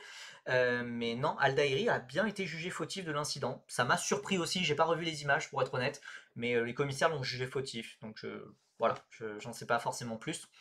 Pour RS, au final, voilà, c'est un deuxième titre équipe, eux qui avaient remporté le premier titre en 2021 avec Adrien, enfin le premier titre de l'histoire de la FRECA, avec à l'époque Adrien David, Isaac Adjar et Zayn Maloney. Ils remportent le titre de la dernière saison de Freka, la Freka qui va devenir la Frec en 2026, avec Enzo Dellini, Akshay Bora et Jin Nakamura. Ah, il y a eu 2 incidents différents. Je ne sais pas alors. J'ai peut-être dit une boulette alors. Ok, bah alors c'est plus logique s'il y a eu 2 incidents différents. Donc voilà, un deuxième titre équipe. C'est Prema qui avait remporté tous les autres. Prema qui avait d'ailleurs remporté qui s'était imposé en 2023 pour 2 petits points avec un dépassement d'Antonelli dans le dernier tour. Donc belle revanche de la part de R-Ace. Il y avait un leader dans tout ça, c'était Enzo Dellini qui a vraiment fait le taf en récoltant plus de la moitié des points de l'équipe. Top. Vraiment, c'est top. Enfin, c'est une très belle histoire et maintenant, bah, il faut se concentrer sur le chapitre 2026. Ils ont déjà roulé avec 3 pilotes, notamment Rachid Aldaeri, lol, Yuki Sano qui devrait être le pilote envoyé par Toyota, et Emanuele Olivieri qui a déjà fait des miracles avec RS en F4. Euh, voilà, ça peut être un line-up très très très solide sur le papier quand même, ces 3 pilotes-là. Donc maintenant à voir. Il y aura une nouvelle voiture en 2026, qu'est-ce que ça va donner? Pour Enzo, bon, tout est allé contre lui, vraiment en qualif, en course où il n'arrête pas de se faire sortir, notamment voilà, en course 2, il fait une remontée de fou furieux, il est dans les points, et puis tu as Dion Gauda, coéquipier de Pedro Clerot, qui sort son autre coéquipier Yu Yamakoshi et qui sort aussi Enzo Dellini. Bon, voilà, tout a été contre Enzo pour ce week-end en plus à la maison, vu qu'il vit à Milan. Il s'est fait avoir du début jusqu'à la fin, mais au final, il arrive à sauver la 3e place au championnat au nombre de victoires, parce que Pedro Clerot, lui, de son côté, a fait un bon week-end, il n'a pas eu trop d'ennuis, d'incidents en piste, etc. Donc au final, il arrive à être 3e au championnat, à avoir les 15 points de super licence, et par ailleurs, j'en ai pas encore parlé avec Enzo ou encore avec son père, etc. Mais normalement, de ce que disaient certains pilotes à certains moments, si tu fais podium, de ton championnat, normalement, tu es censé intégrer l'équipe de France FFSA. Même si t'as pas fait la F4 France avant, si tu as fait podium, logiquement, Enzo Dell'Igny devrait intégrer l'équipe de France FFSA Circuit, ce qui serait sa première fois. Evan Gilter en fait partie, Théo Finel en a fait brièvement partie, Enzo Peugeot en fait partie, Jules Carentin en fait partie. Voilà. Je ne sais pas, faudra que j'en parle avec eux, mais s'ils ont eu des retours là-dessus. Mais normalement, de ce que disaient Giusti, Capieto, etc., ça devrait être logique. Il y a un nombre max de pilotes pour l'équipe de France FFSA. Bah non, tu vois, cette année, je crois qu'ils étaient 5. Il y avait Martins, Gilter, Peugeot, Caranta, Giusti. Ils étaient 5, donc je pense pas. Et puis bah, cette année, on peut imaginer qu'il y aurait Naël, Giusti. Ah, Gilter, ça dépend de ce qu'il fait. Caranta, pourquoi pas? Oui, Caranta, bah, Munoz, de toute façon, Alex Munoz, logiquement, en étant champion. Enzo, ouais, ouais, voilà. Je sais pas trop. Mais c'est toujours, par exemple, le fait que Théophile n'ait pas fait, n'ait pas été membre de l'équipe de France cette année après avoir été membre l'année dernière, j'ai pas compris. J'ai pas compris d'où ça sortait. Mais voilà. Normalement, Enzo Deini devrait intégrer le giron de la FFSA. Il y a un autre pilote de l'équipe de France FFSA qui a performé ce week-end avec 2 podiums, avec une pole position, la deuxième de la saison en Freca. Et voilà, il a fini très très fort sa saison, Evan. Après, Evan qui a déjà été champion de Formule Régionale Moyen-Orient. C'est très bien, il est cinquième, il a ses 40 points de super licence. Il peut aller théoriquement remplacer Max Verstappen en F1. Ok. Bon, concrètement, quelle est la suite? Ce qui me fascine, et j'en ai parlé sur Discord, ce qui me fascine avec Evan, c'est que tout le monde l'apprécie. Vraiment, dans le paddock, tout le monde l'apprécie. Tu parles avec des gens des équipes F1, tout le monde l'apprécie. Et ils sont tous là en mode ouais, ouais, j'aime bien Evan, ouais, on s'entend très bien avec Evan, ouais, ouais, ce qu'il fait en piste, c'est impressionnant. Tout le monde, tout le monde. Et personne ne le prend. Et puis même, t'entends ça sur des équipes en F3 aussi. Mais personne ne le prend. Donc, bah, ça fait un petit peu câblé, hein, on va pas se le cacher. De ce qu'il a expliqué, voilà, il n'y a pas de baquet en F3, il n'y a pas de place en F3 pour lui, il n'a pas le budget pour la F3. On l'a vu en début de live, la F3 maintenant c'est du 2 millions d'euros environ. Donc il regarde vers l'Indy Next, mais l'Indy Next, j'ai du mal à être optimiste là-dessus vu qu'il ne teste pas actuellement là-bas. Moi, je pense à la Super Formula Light. Enfin, d'ailleurs, il l'évoque aussi, la Super Formula Light, donc l'antichambre de la Super Formula au Japon. C'est parfois un exil qui marche, hein. Sacha Fenestras s'était exilé là-bas, ça avait très bien marché. Oui, Esteban Masson, ça marche bien aussi. Un, un peu HS, mais Taito Kato aurait-il pu être de l'équipe de France FFSA cette année vu qu'il a roulé sur licence française? Non, je pense pas, ça aurait été chelou. Et puis alors il parle mieux français désormais, mais il parle pas français comme les- comme les pilotes de l'équipe de France FFSA. Non, je sais pas, ce serait bizarre. Ça aurait été bizarre et non, je pense pas. Je sais pas pour être honnête, mais voilà. En fait, il y a un côté. J'ai d'ailleurs retweeté un post là-dessus sur Twitter. Euh, Est-ce que Honda peut aller aider la carrière d'Evan Gilter? C'est la grande question que je me pose parce que Honda a un partenariat avec ART. C'est très bien. Ça a notamment aidé à ce que Taito Kato rejoigne ART. Mais il y a aussi un partenariat avec Honda France et ART. Genre Evan, enfin, parfois on l'a vu dans des pubs ou en tout cas dans des spots sur Instagram avec Honda. C'est très bien. Est-ce que ça peut aller plus loin que ça? Est-ce que, en fait, l'Académie Toyota, enfin, Toyota a un programme de jeunes pilotes avec des pilotes japonais en grande partie, mais aussi depuis peu des pilotes étrangers, dont notamment Esteban Masson, dont notamment, alors Adrien David ne fait pas partie de ce programme, mais il gravite autour de ce programme. Il y a aussi Calero Vanpera, forcément, qui fait partie de ce programme, enfin, qui fait partie des pilotes soutenus par Toyota.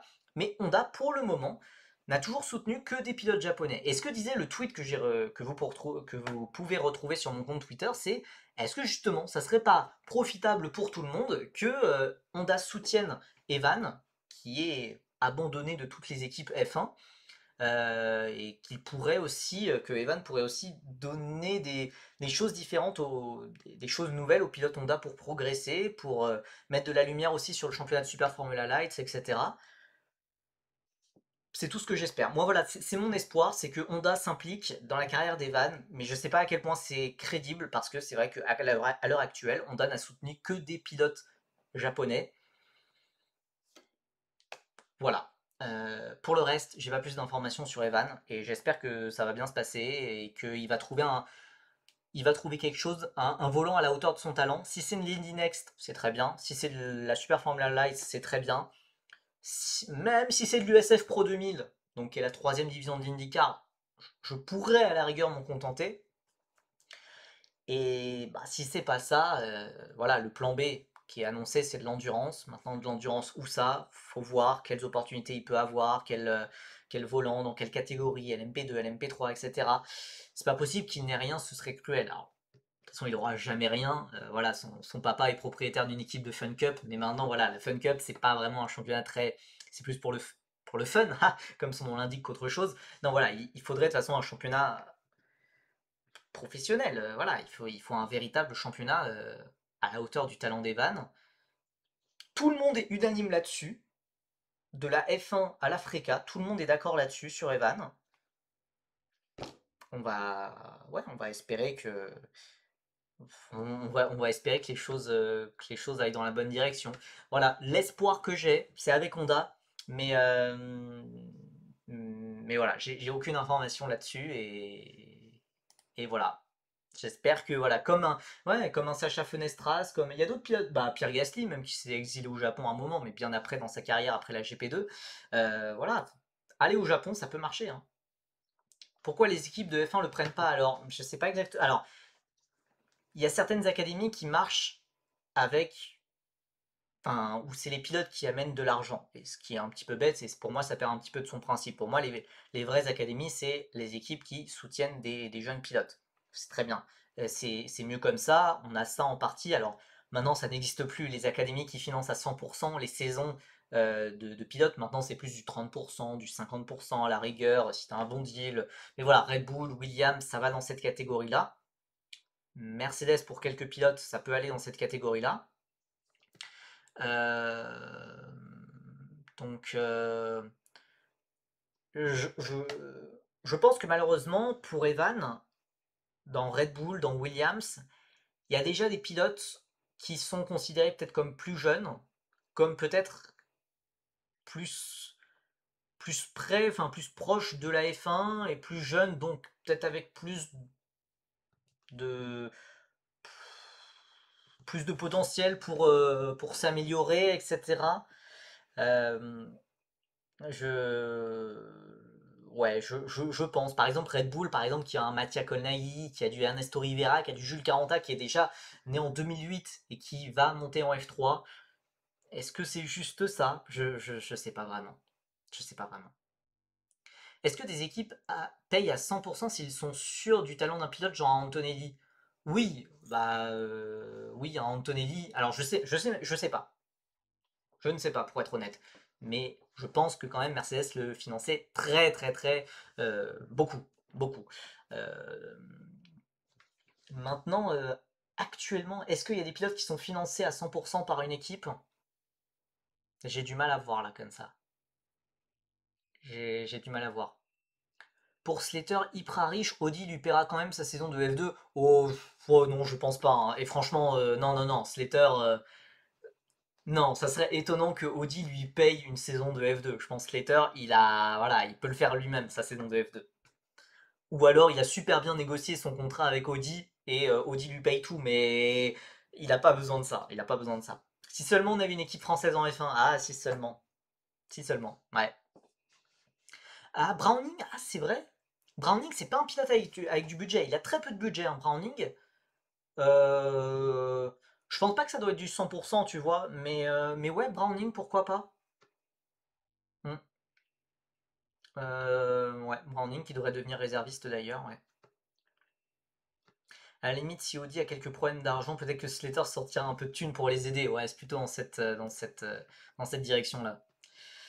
Bon, voilà, parmi les tops, les flops du week-end, ouais, voilà, parmi les tops, j'avais envie de parler de Yann Prezdirovski, voilà, un top 5 exceptionnel pour un début qui sort un petit peu de nulle part, mais la RPM était très très à l'aise à Monza, vu qu'il y a aussi son coéquipier Stoll Sermanis qui a fait un top 10 également. Taito Kato qui fait enfin un bon week-end sur le samedi et le dimanche, qui fait deux top 4, et ça lui permet de finir 7ème au classement final, puisque souvent il a fait des week-ends où il y avait un podium et ensuite il était genre P10 ou P15. Et là, il est vraiment très bon sur les deux courses, donc c'est bien. Il va monter en F3 normalement avec un Grand Prix et c'est mérité. C'est clairement le pilote qui, bah, c'est clairement plus mérité que Kanatoli qu'on n'a pas trop vu de l'année. Parmi les flops, bah, Yu Yamakoshi qui a complètement disparu sur la fin de championnat avec 0 points en cette course. Les stratégies de Prema, pas forcément très classe, on en a parlé. Et bon, Dion Gauda, en dehors du fait de percuter Yamakoshi et de ruiner la fin de course d'Enzo Dellini, Dion Gauda a été sacré champion rookie et donc succède à Isaac Adjar, Leonardo Fornaroli, Martinus Tensorn et Noah Stromsted. Sauf que Dion Gauda, il a pas mis un pied sur un podium. Enfin, genre un podium au classement général. Il a fini quoi? 14e du championnat ou quelque chose comme ça. Bon, voilà, c'est un champion rookie qui fait un petit peu tâche, on va pas se le cacher. Un petit coucou pour G4 qui ne finira pas la saison au fond du trou. Ouais, ils ont réussi à marquer un point avec une 13e place. C'est très circonstanciel, mais ils l'ont marqué ce point, donc ils ne finissent pas Fanny, donc c'est déjà pas mal pour eux. Stoll Sermanis, il a plus de budget, mais il court en frégat, je comprends pas. J'imagine qu'il a dû avoir une opportunité, que RPM a dû lui payer quelque chose, je sais pas. Je j'ai pas d'explication sur ça. J'ai pas d'explication. Bon, voilà, je l'ai un petit peu teasé quand j'ai parlé de mon article à venir samedi sur feederseries.net, mais voilà, il y a déjà eu des premiers tests d'après-saison, encore avec l'ancienne Freca à Monza. C'est bien 14e, t'as combien de top 14 en Freca? Certes, et pour un champion rookie, j'en attends un petit peu plus. Euh, donc voilà, il y a déjà eu des premiers tests d'après-saison avec notamment ART, AirRace, il y avait d'autres équipes également, il y avait Van Amersfoort aussi, il y avait Trident.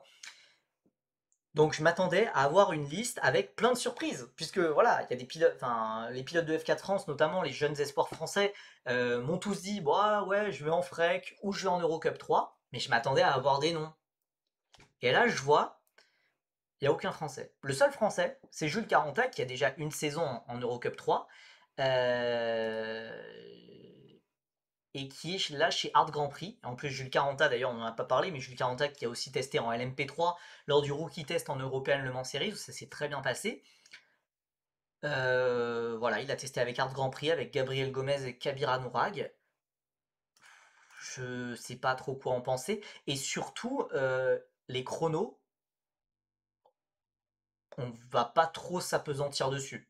Puisque, alors, ART utilise des vieilles voitures, hein, des anciens châssis, euh, des anciens châssis. Donc voilà, peut-être que le châssis de Jules était beaucoup plus usé, le moteur était beaucoup plus usé, etc. Mais il était derrière Gomez et Anourag, donc j'ai évité d'en parler sur Twitter. Mais voilà, ça reste que des essais d'après-saison. Il y a beaucoup de choses qu'on n'explique pas vraiment dans les essais d'après-saison. Par exemple, il y avait des essais en F4 italienne et c'était aussi c'était un Turc complètement inconnu, Alp Askoy, qui a fait le meilleur temps alors que le crack du karting, Christian Costoya, est complètement dans les choux. Voilà, on peut pas trop, on peut pas trop tirer de conclusion. Parfois, il y a les équipes qui savent elles-mêmes que ce châssis, il vaut à peu près 5 dixièmes de moins que machin. Parce que c'est des châssis qu'ils usent et réusent tous les essais.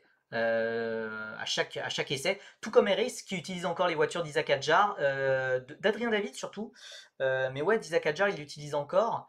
Euh, voilà. Voilà, voilà. Donc voilà, on ne va pas faire trop de conclusions alarmistes sur ces essais, mais c'était pas spécialement enthousiasmant, en tout cas d'un point de vue extérieur, en n'ayant pas les datas d'ART. Donc voilà, il n'y avait aucun autre Français engagé à ces tests, il y avait aussi Andy Consani qui était présent en F4 chez Harris. On espère toujours que Andy pourra faire la saison 2026 avec RS, si possible avec Mercedes également. Euh, donc,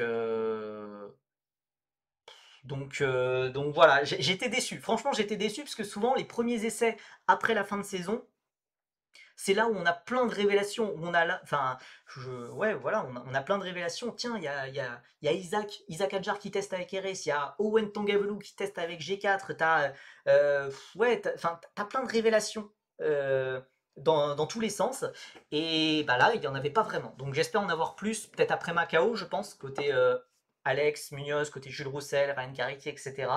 Peut-être il faudra voir aussi du côté de l'Eurocup 3, par exemple. Il y a la finale de l'Eurocup 3 qui est en même temps que le Grand Prix de Macao. Est-ce que ça peut s'ouvrir à quelqu'un comme un Arthur Dorisson? Je sais pas. Je sais pas forcément. Je sais pas si vous entendez. Je sais pas si vous entendez, mais là, il y a quelqu'un qui s'est réveillé de sa sieste là. Après, Jimmy Elias, il avait testé avec RS, au final, il a jamais roulé. Tiens, Jimmy Elias, qu'est-ce qu'il devient lui? Qu'est-ce qu'il devient Jimmy Elias? Un bon, très bon pilote en karting, mais ouais, je sais pas ce qu'il est devenu. Mais c'est vrai qu'il testait pas mal avec RS. Euh, oui, oui, il y a la moitié des équipes qui n'ont pas testé à Monza, certes, certes, certes, mais souvent les tests Kateyama, le bébé n'est pas un bot. Ouais, non, ça c'est sûr, je te le garantis.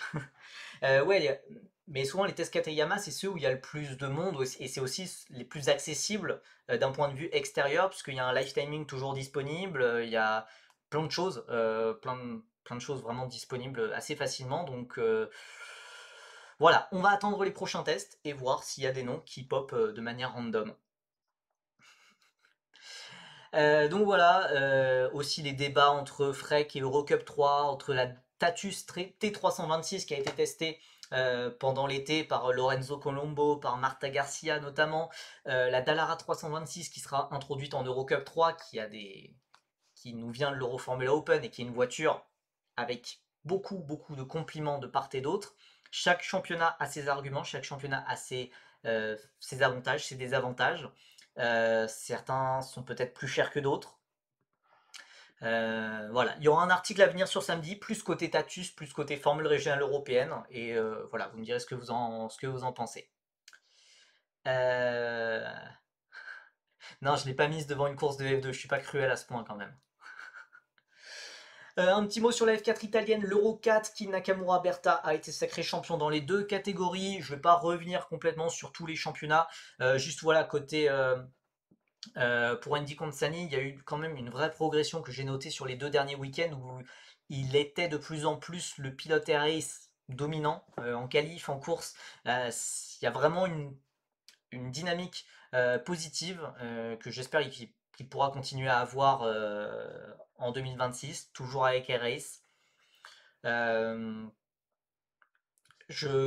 Franchement, voilà, j'espère que Mercedes va garder son soutien à Andy, puisque c'est de ce que j'ai compris, RS voudrait plutôt garder Andy, Andy voudrait rester avec RS, bien évidemment.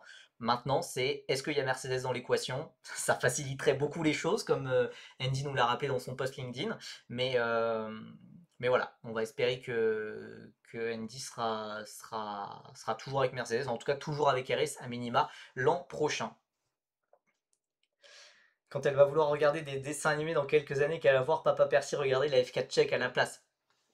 La F4 tchèque, s'il y a un français, pourquoi pas. Puis les dessins animés, et pas d'écran trop jeune hein, non plus. Donc voilà, la F4 tchèque sera peut-être beaucoup plus intéressant et stimulant. Et voilà. Après, si RS veut Andy, ils peuvent faire des efforts comme pour Olivieri. Oui, ils peuvent aussi. Ils peuvent aussi, mais je pense qu'ils. Ouais, pourquoi pas. Pourquoi pas, après, on n'a pas tous les deals financiers en tête, et puis, ouais. Mais je suis d'accord sur le principe, pourquoi pas, ouais.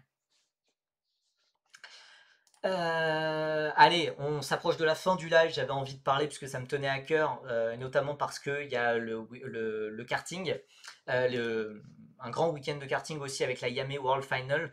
Oui, il y a... Alors non, j'espère que tous ces pilotes-là, ils vont pas aller en F4 tchèque, mais vraiment, on a une génération, quand elle va arriver en F4, j'ai très très hâte. Autant je trouve que 2009-2010, bah voilà, en dehors d'Alex Munoz, Lisa Billard, Andy Consani, eh bah c'est un peu tout.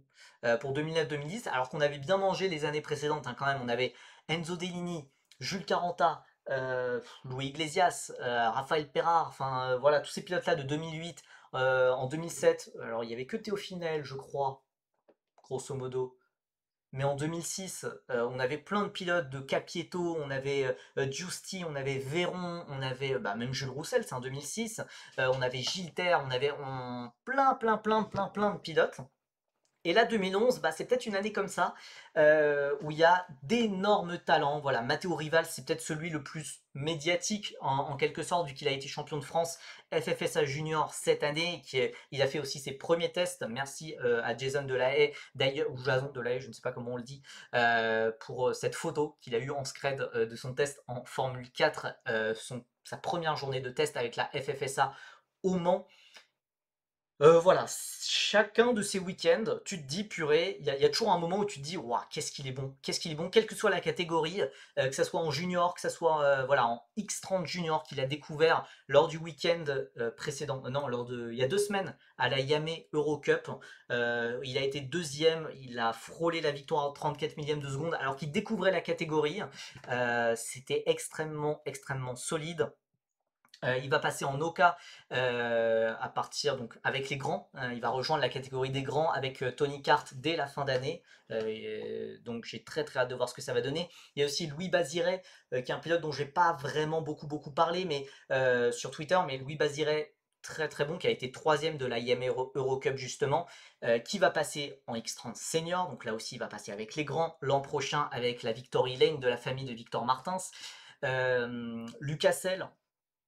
Lucas Selle, lui, il est déjà passé avec les grands le week-end dernier en Oka, avec bah, la Victory Lane aussi, je crois, si je ne dis pas de bêtises. Oui, avec la Victory Lane. Il a fait quatrième dès son premier week-end face aux tout meilleurs pilotes de la catégorie. Vraiment, il y a plein de pilotes, des profils un petit peu différents, parfois des catégories un petit peu différentes. Euh, Vraiment, il y a plein de pilotes différents qui pop. C'est super intéressant. D'ailleurs, en parlant de F4 France, le pilote du Kenya, leader de F4 indienne, Shane Chandaria, devrait rouler en F4 France. Oh, c'est génial! Ah bah j'irai checker ça, mais c'est intéressant. Bah c'est vrai que la F4 indienne utilise les mêmes voitures que la F4 française, donc pourquoi pas? Je sais pas, il a quel âge, Shane Chandaria? Mais ouais, un pilote kenyan d'ailleurs qui est en tête d'un championnat de F4, c'est assez rigolo, même si on espère, enfin on soutient bien entendu notre pilote français Sachel Roger, mais ok. Bah, à suivre, à suivre. Voilà, il y a aussi tout plein d'autres pilotes, hein. Aloïs Girardet qui a remporté la Coupe de France Senior, Maël Lemarchand qui a été très bon lors du FIA Academy Trophy cette année, qui tease un petit peu sur TikTok un passage en KZ. Ouais, KZ, le KZ c'est la F1 du karting, hein, c'est la folie, c'est les départs arrêtés, ça bombarde vraiment. Bah non, non, mais t'inquiète, j'irai checker ça sur Discord, mais ok, 15 ans, ok. Euh, donc voilà, enfin, génération de fous furieux. Et pour eux, la saison, autant en monoplace, la saison est en train de se terminer, autant au karting, la saison se termine un petit peu plus tard. Et voilà, rien que ce week-end, il y a encore la Yame World Final avec pas mal de très bons pilotes. Alors là, c'est des pilotes encore plus jeunes, mais voilà, si vous voulez être là dès le début de l'aventure, voilà, il y a aussi Théo Polican, fils de Jérôme Polican, qui est présent, qui a été cinquième de la IM Eurocup. Lucas Bonhomme, très talentueux aussi. Je suis en train de le découvrir, Lucas Bonhomme, très bon, bon, malchanceux, mais qui a été très bon aussi dans la catégorie Oka Junior et qui va redoubler, je pense, en Oka Junior et en X30 Junior. Mani Nuvolini, un pilote de la génération 2013 qui est un jeune pilote Mercedes qui a eu une saison un petit peu compliquée en Oka Junior, pardon, mais qui joue actuellement la victoire, ou en tout cas le podium ce week-end à la Yame World Final en X30 Junior.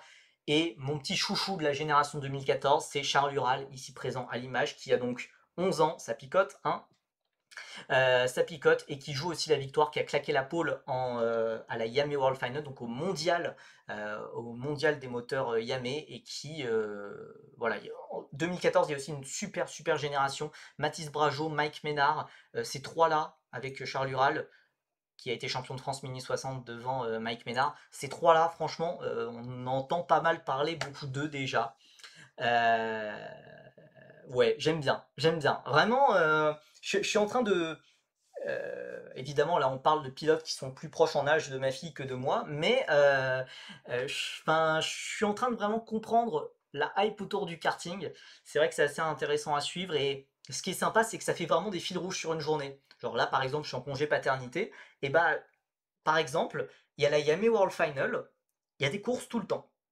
Il y a des courses tout le temps, donc tu peux faire quelque chose, enfin regarder un petit peu la course, voir ce qui se passe, et puis au final tu manges un petit peu, et puis ah bah attends, qu'est-ce qui est en train de se passer en karting? Pendant toute la journée, il y a toujours quelque chose qui se passe, et ça change un petit peu de la monoplace, où il y a une, deux, trois courses sur la journée, sur de la F4 ou sur de la Freca, et bah là, c'est ça, H24, du lever du soleil jusqu'au coucher. Et c'est vraiment assez sympa à regarder. Et puis vraiment la Yame Euro Cup, j'ai pris un plaisir de fou furieux à regarder ça, des batailles, mais des batailles à 8, à 9, c'est un bordel sans nom, mais c'est ultra agréable à regarder, surtout avec des Français prometteurs dans le lot. Donc je vous conseille. À la Yame World Final ce week-end, bon, voilà, je suis un petit peu déçu qu'il n'y ait pas les Rivals, les Basirets dont je vous ai parlé, mais voilà, quelques noms intéressants, Polican, Nuvolini, Ural, Brajo, Ménard, que je vous conseille de surveiller. Voilà d'ailleurs les horaires de la Yame World Final. Voilà, vendredi, suite et fin des manches qualificatives, et puis le samedi, ça sera les finales. J'ai mis les plus gros pilotes les plus intéressants à surveiller. Euh, En senior, Clément Outram, qu'on avait vu deuxième du volant Feed Racing, Oscar Guccio, pilote vice-champion de France FFSA Junior. Euh, voilà, il n'y a que du karting. Globalement, il n'y a que du karting et la finale de F4 japonaise ce week-end, donc il n'y a vraiment pas grand-chose ce week-end. La semaine prochaine, par contre, il y aura les 8 heures de Bahreïn en WEC avec les grands débuts de Théo Pourchard avec Peugeot, donc ça fait extrêmement plaisir. Et côté formule de promotion, il y a le karting avec la WSK Final Cup avec pas mal de Français attendus. Lucas Sel, Matteo Rivals, Thomas Pradier qui est un pilote de la génération 2010 qui va rester en karting. Voilà, il y a plein de choses. Et puis encore ce diapo que j'ai un petit peu remis à jour avec toutes les compétitions qui se passent la semaine prochaine avec notamment Macao que j'attends avec une excitation de fou furieux. La finale de l'Eurocup 3, la Coupe du Monde FIA Arrive and Drive, oui, ça c'est du karting, la finale de la F1 Academy à Las Vegas, la finale de la F2, il y a plein de choses encore qui vont nous occuper jusqu'à la mi-décembre. Je ne sais pas s'il y aura un live. Je ne sais pas s'il y aura un live la semaine prochaine parce que bah on sera un petit peu dans un week-end de creux quand même, puisqu'il n'y a pas grand-chose ce week-end et j'adore le karting, mais on va pas faire un live où on va débriefer du karting ou faire une preview de la WSK, tu vois. Donc j'ai vraiment kiffé, à moins qu'il y ait des actualités de fou, plein de choses sur les essais, etc.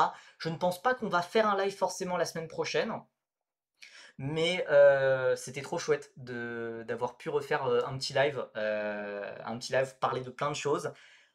De toute façon, la semaine de Macao, réservez-la, posez-vous en congé, enfin mettez des congés, etc. Il y aura une vidéo le lundi pour parler notamment de Saint-Éloque, pour parler de Wentangavelu. Il y aura un live de preview de la partie Formule Régionale, de la partie F4. Et puis on va essayer de faire des lives, évidemment, pour suivre un petit peu les perfs de nos Français, Deligny, Gilter, Naël, Munoz, Roussel, Carretti, etc. Il y a de très belles choses, donc la semaine prochaine, je sais pas s'il y aura live. Ouais, ou après peut-être des lives de fin de saison. Oui, il y aura un live preview de Macao, mais ça sera le mercredi de la semaine de Macao, donc qui est le 13-16 novembre.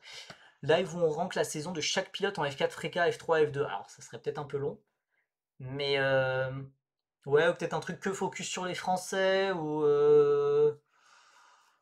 ouais, je sais pas. Vraiment pour la semaine prochaine, je ne pense pas qu'on fera de live. Et quelque part, ça me permet aussi d'un petit peu travailler sur des vidéos YouTube à côté. C'est un truc que j'aime bien développer actuellement. Et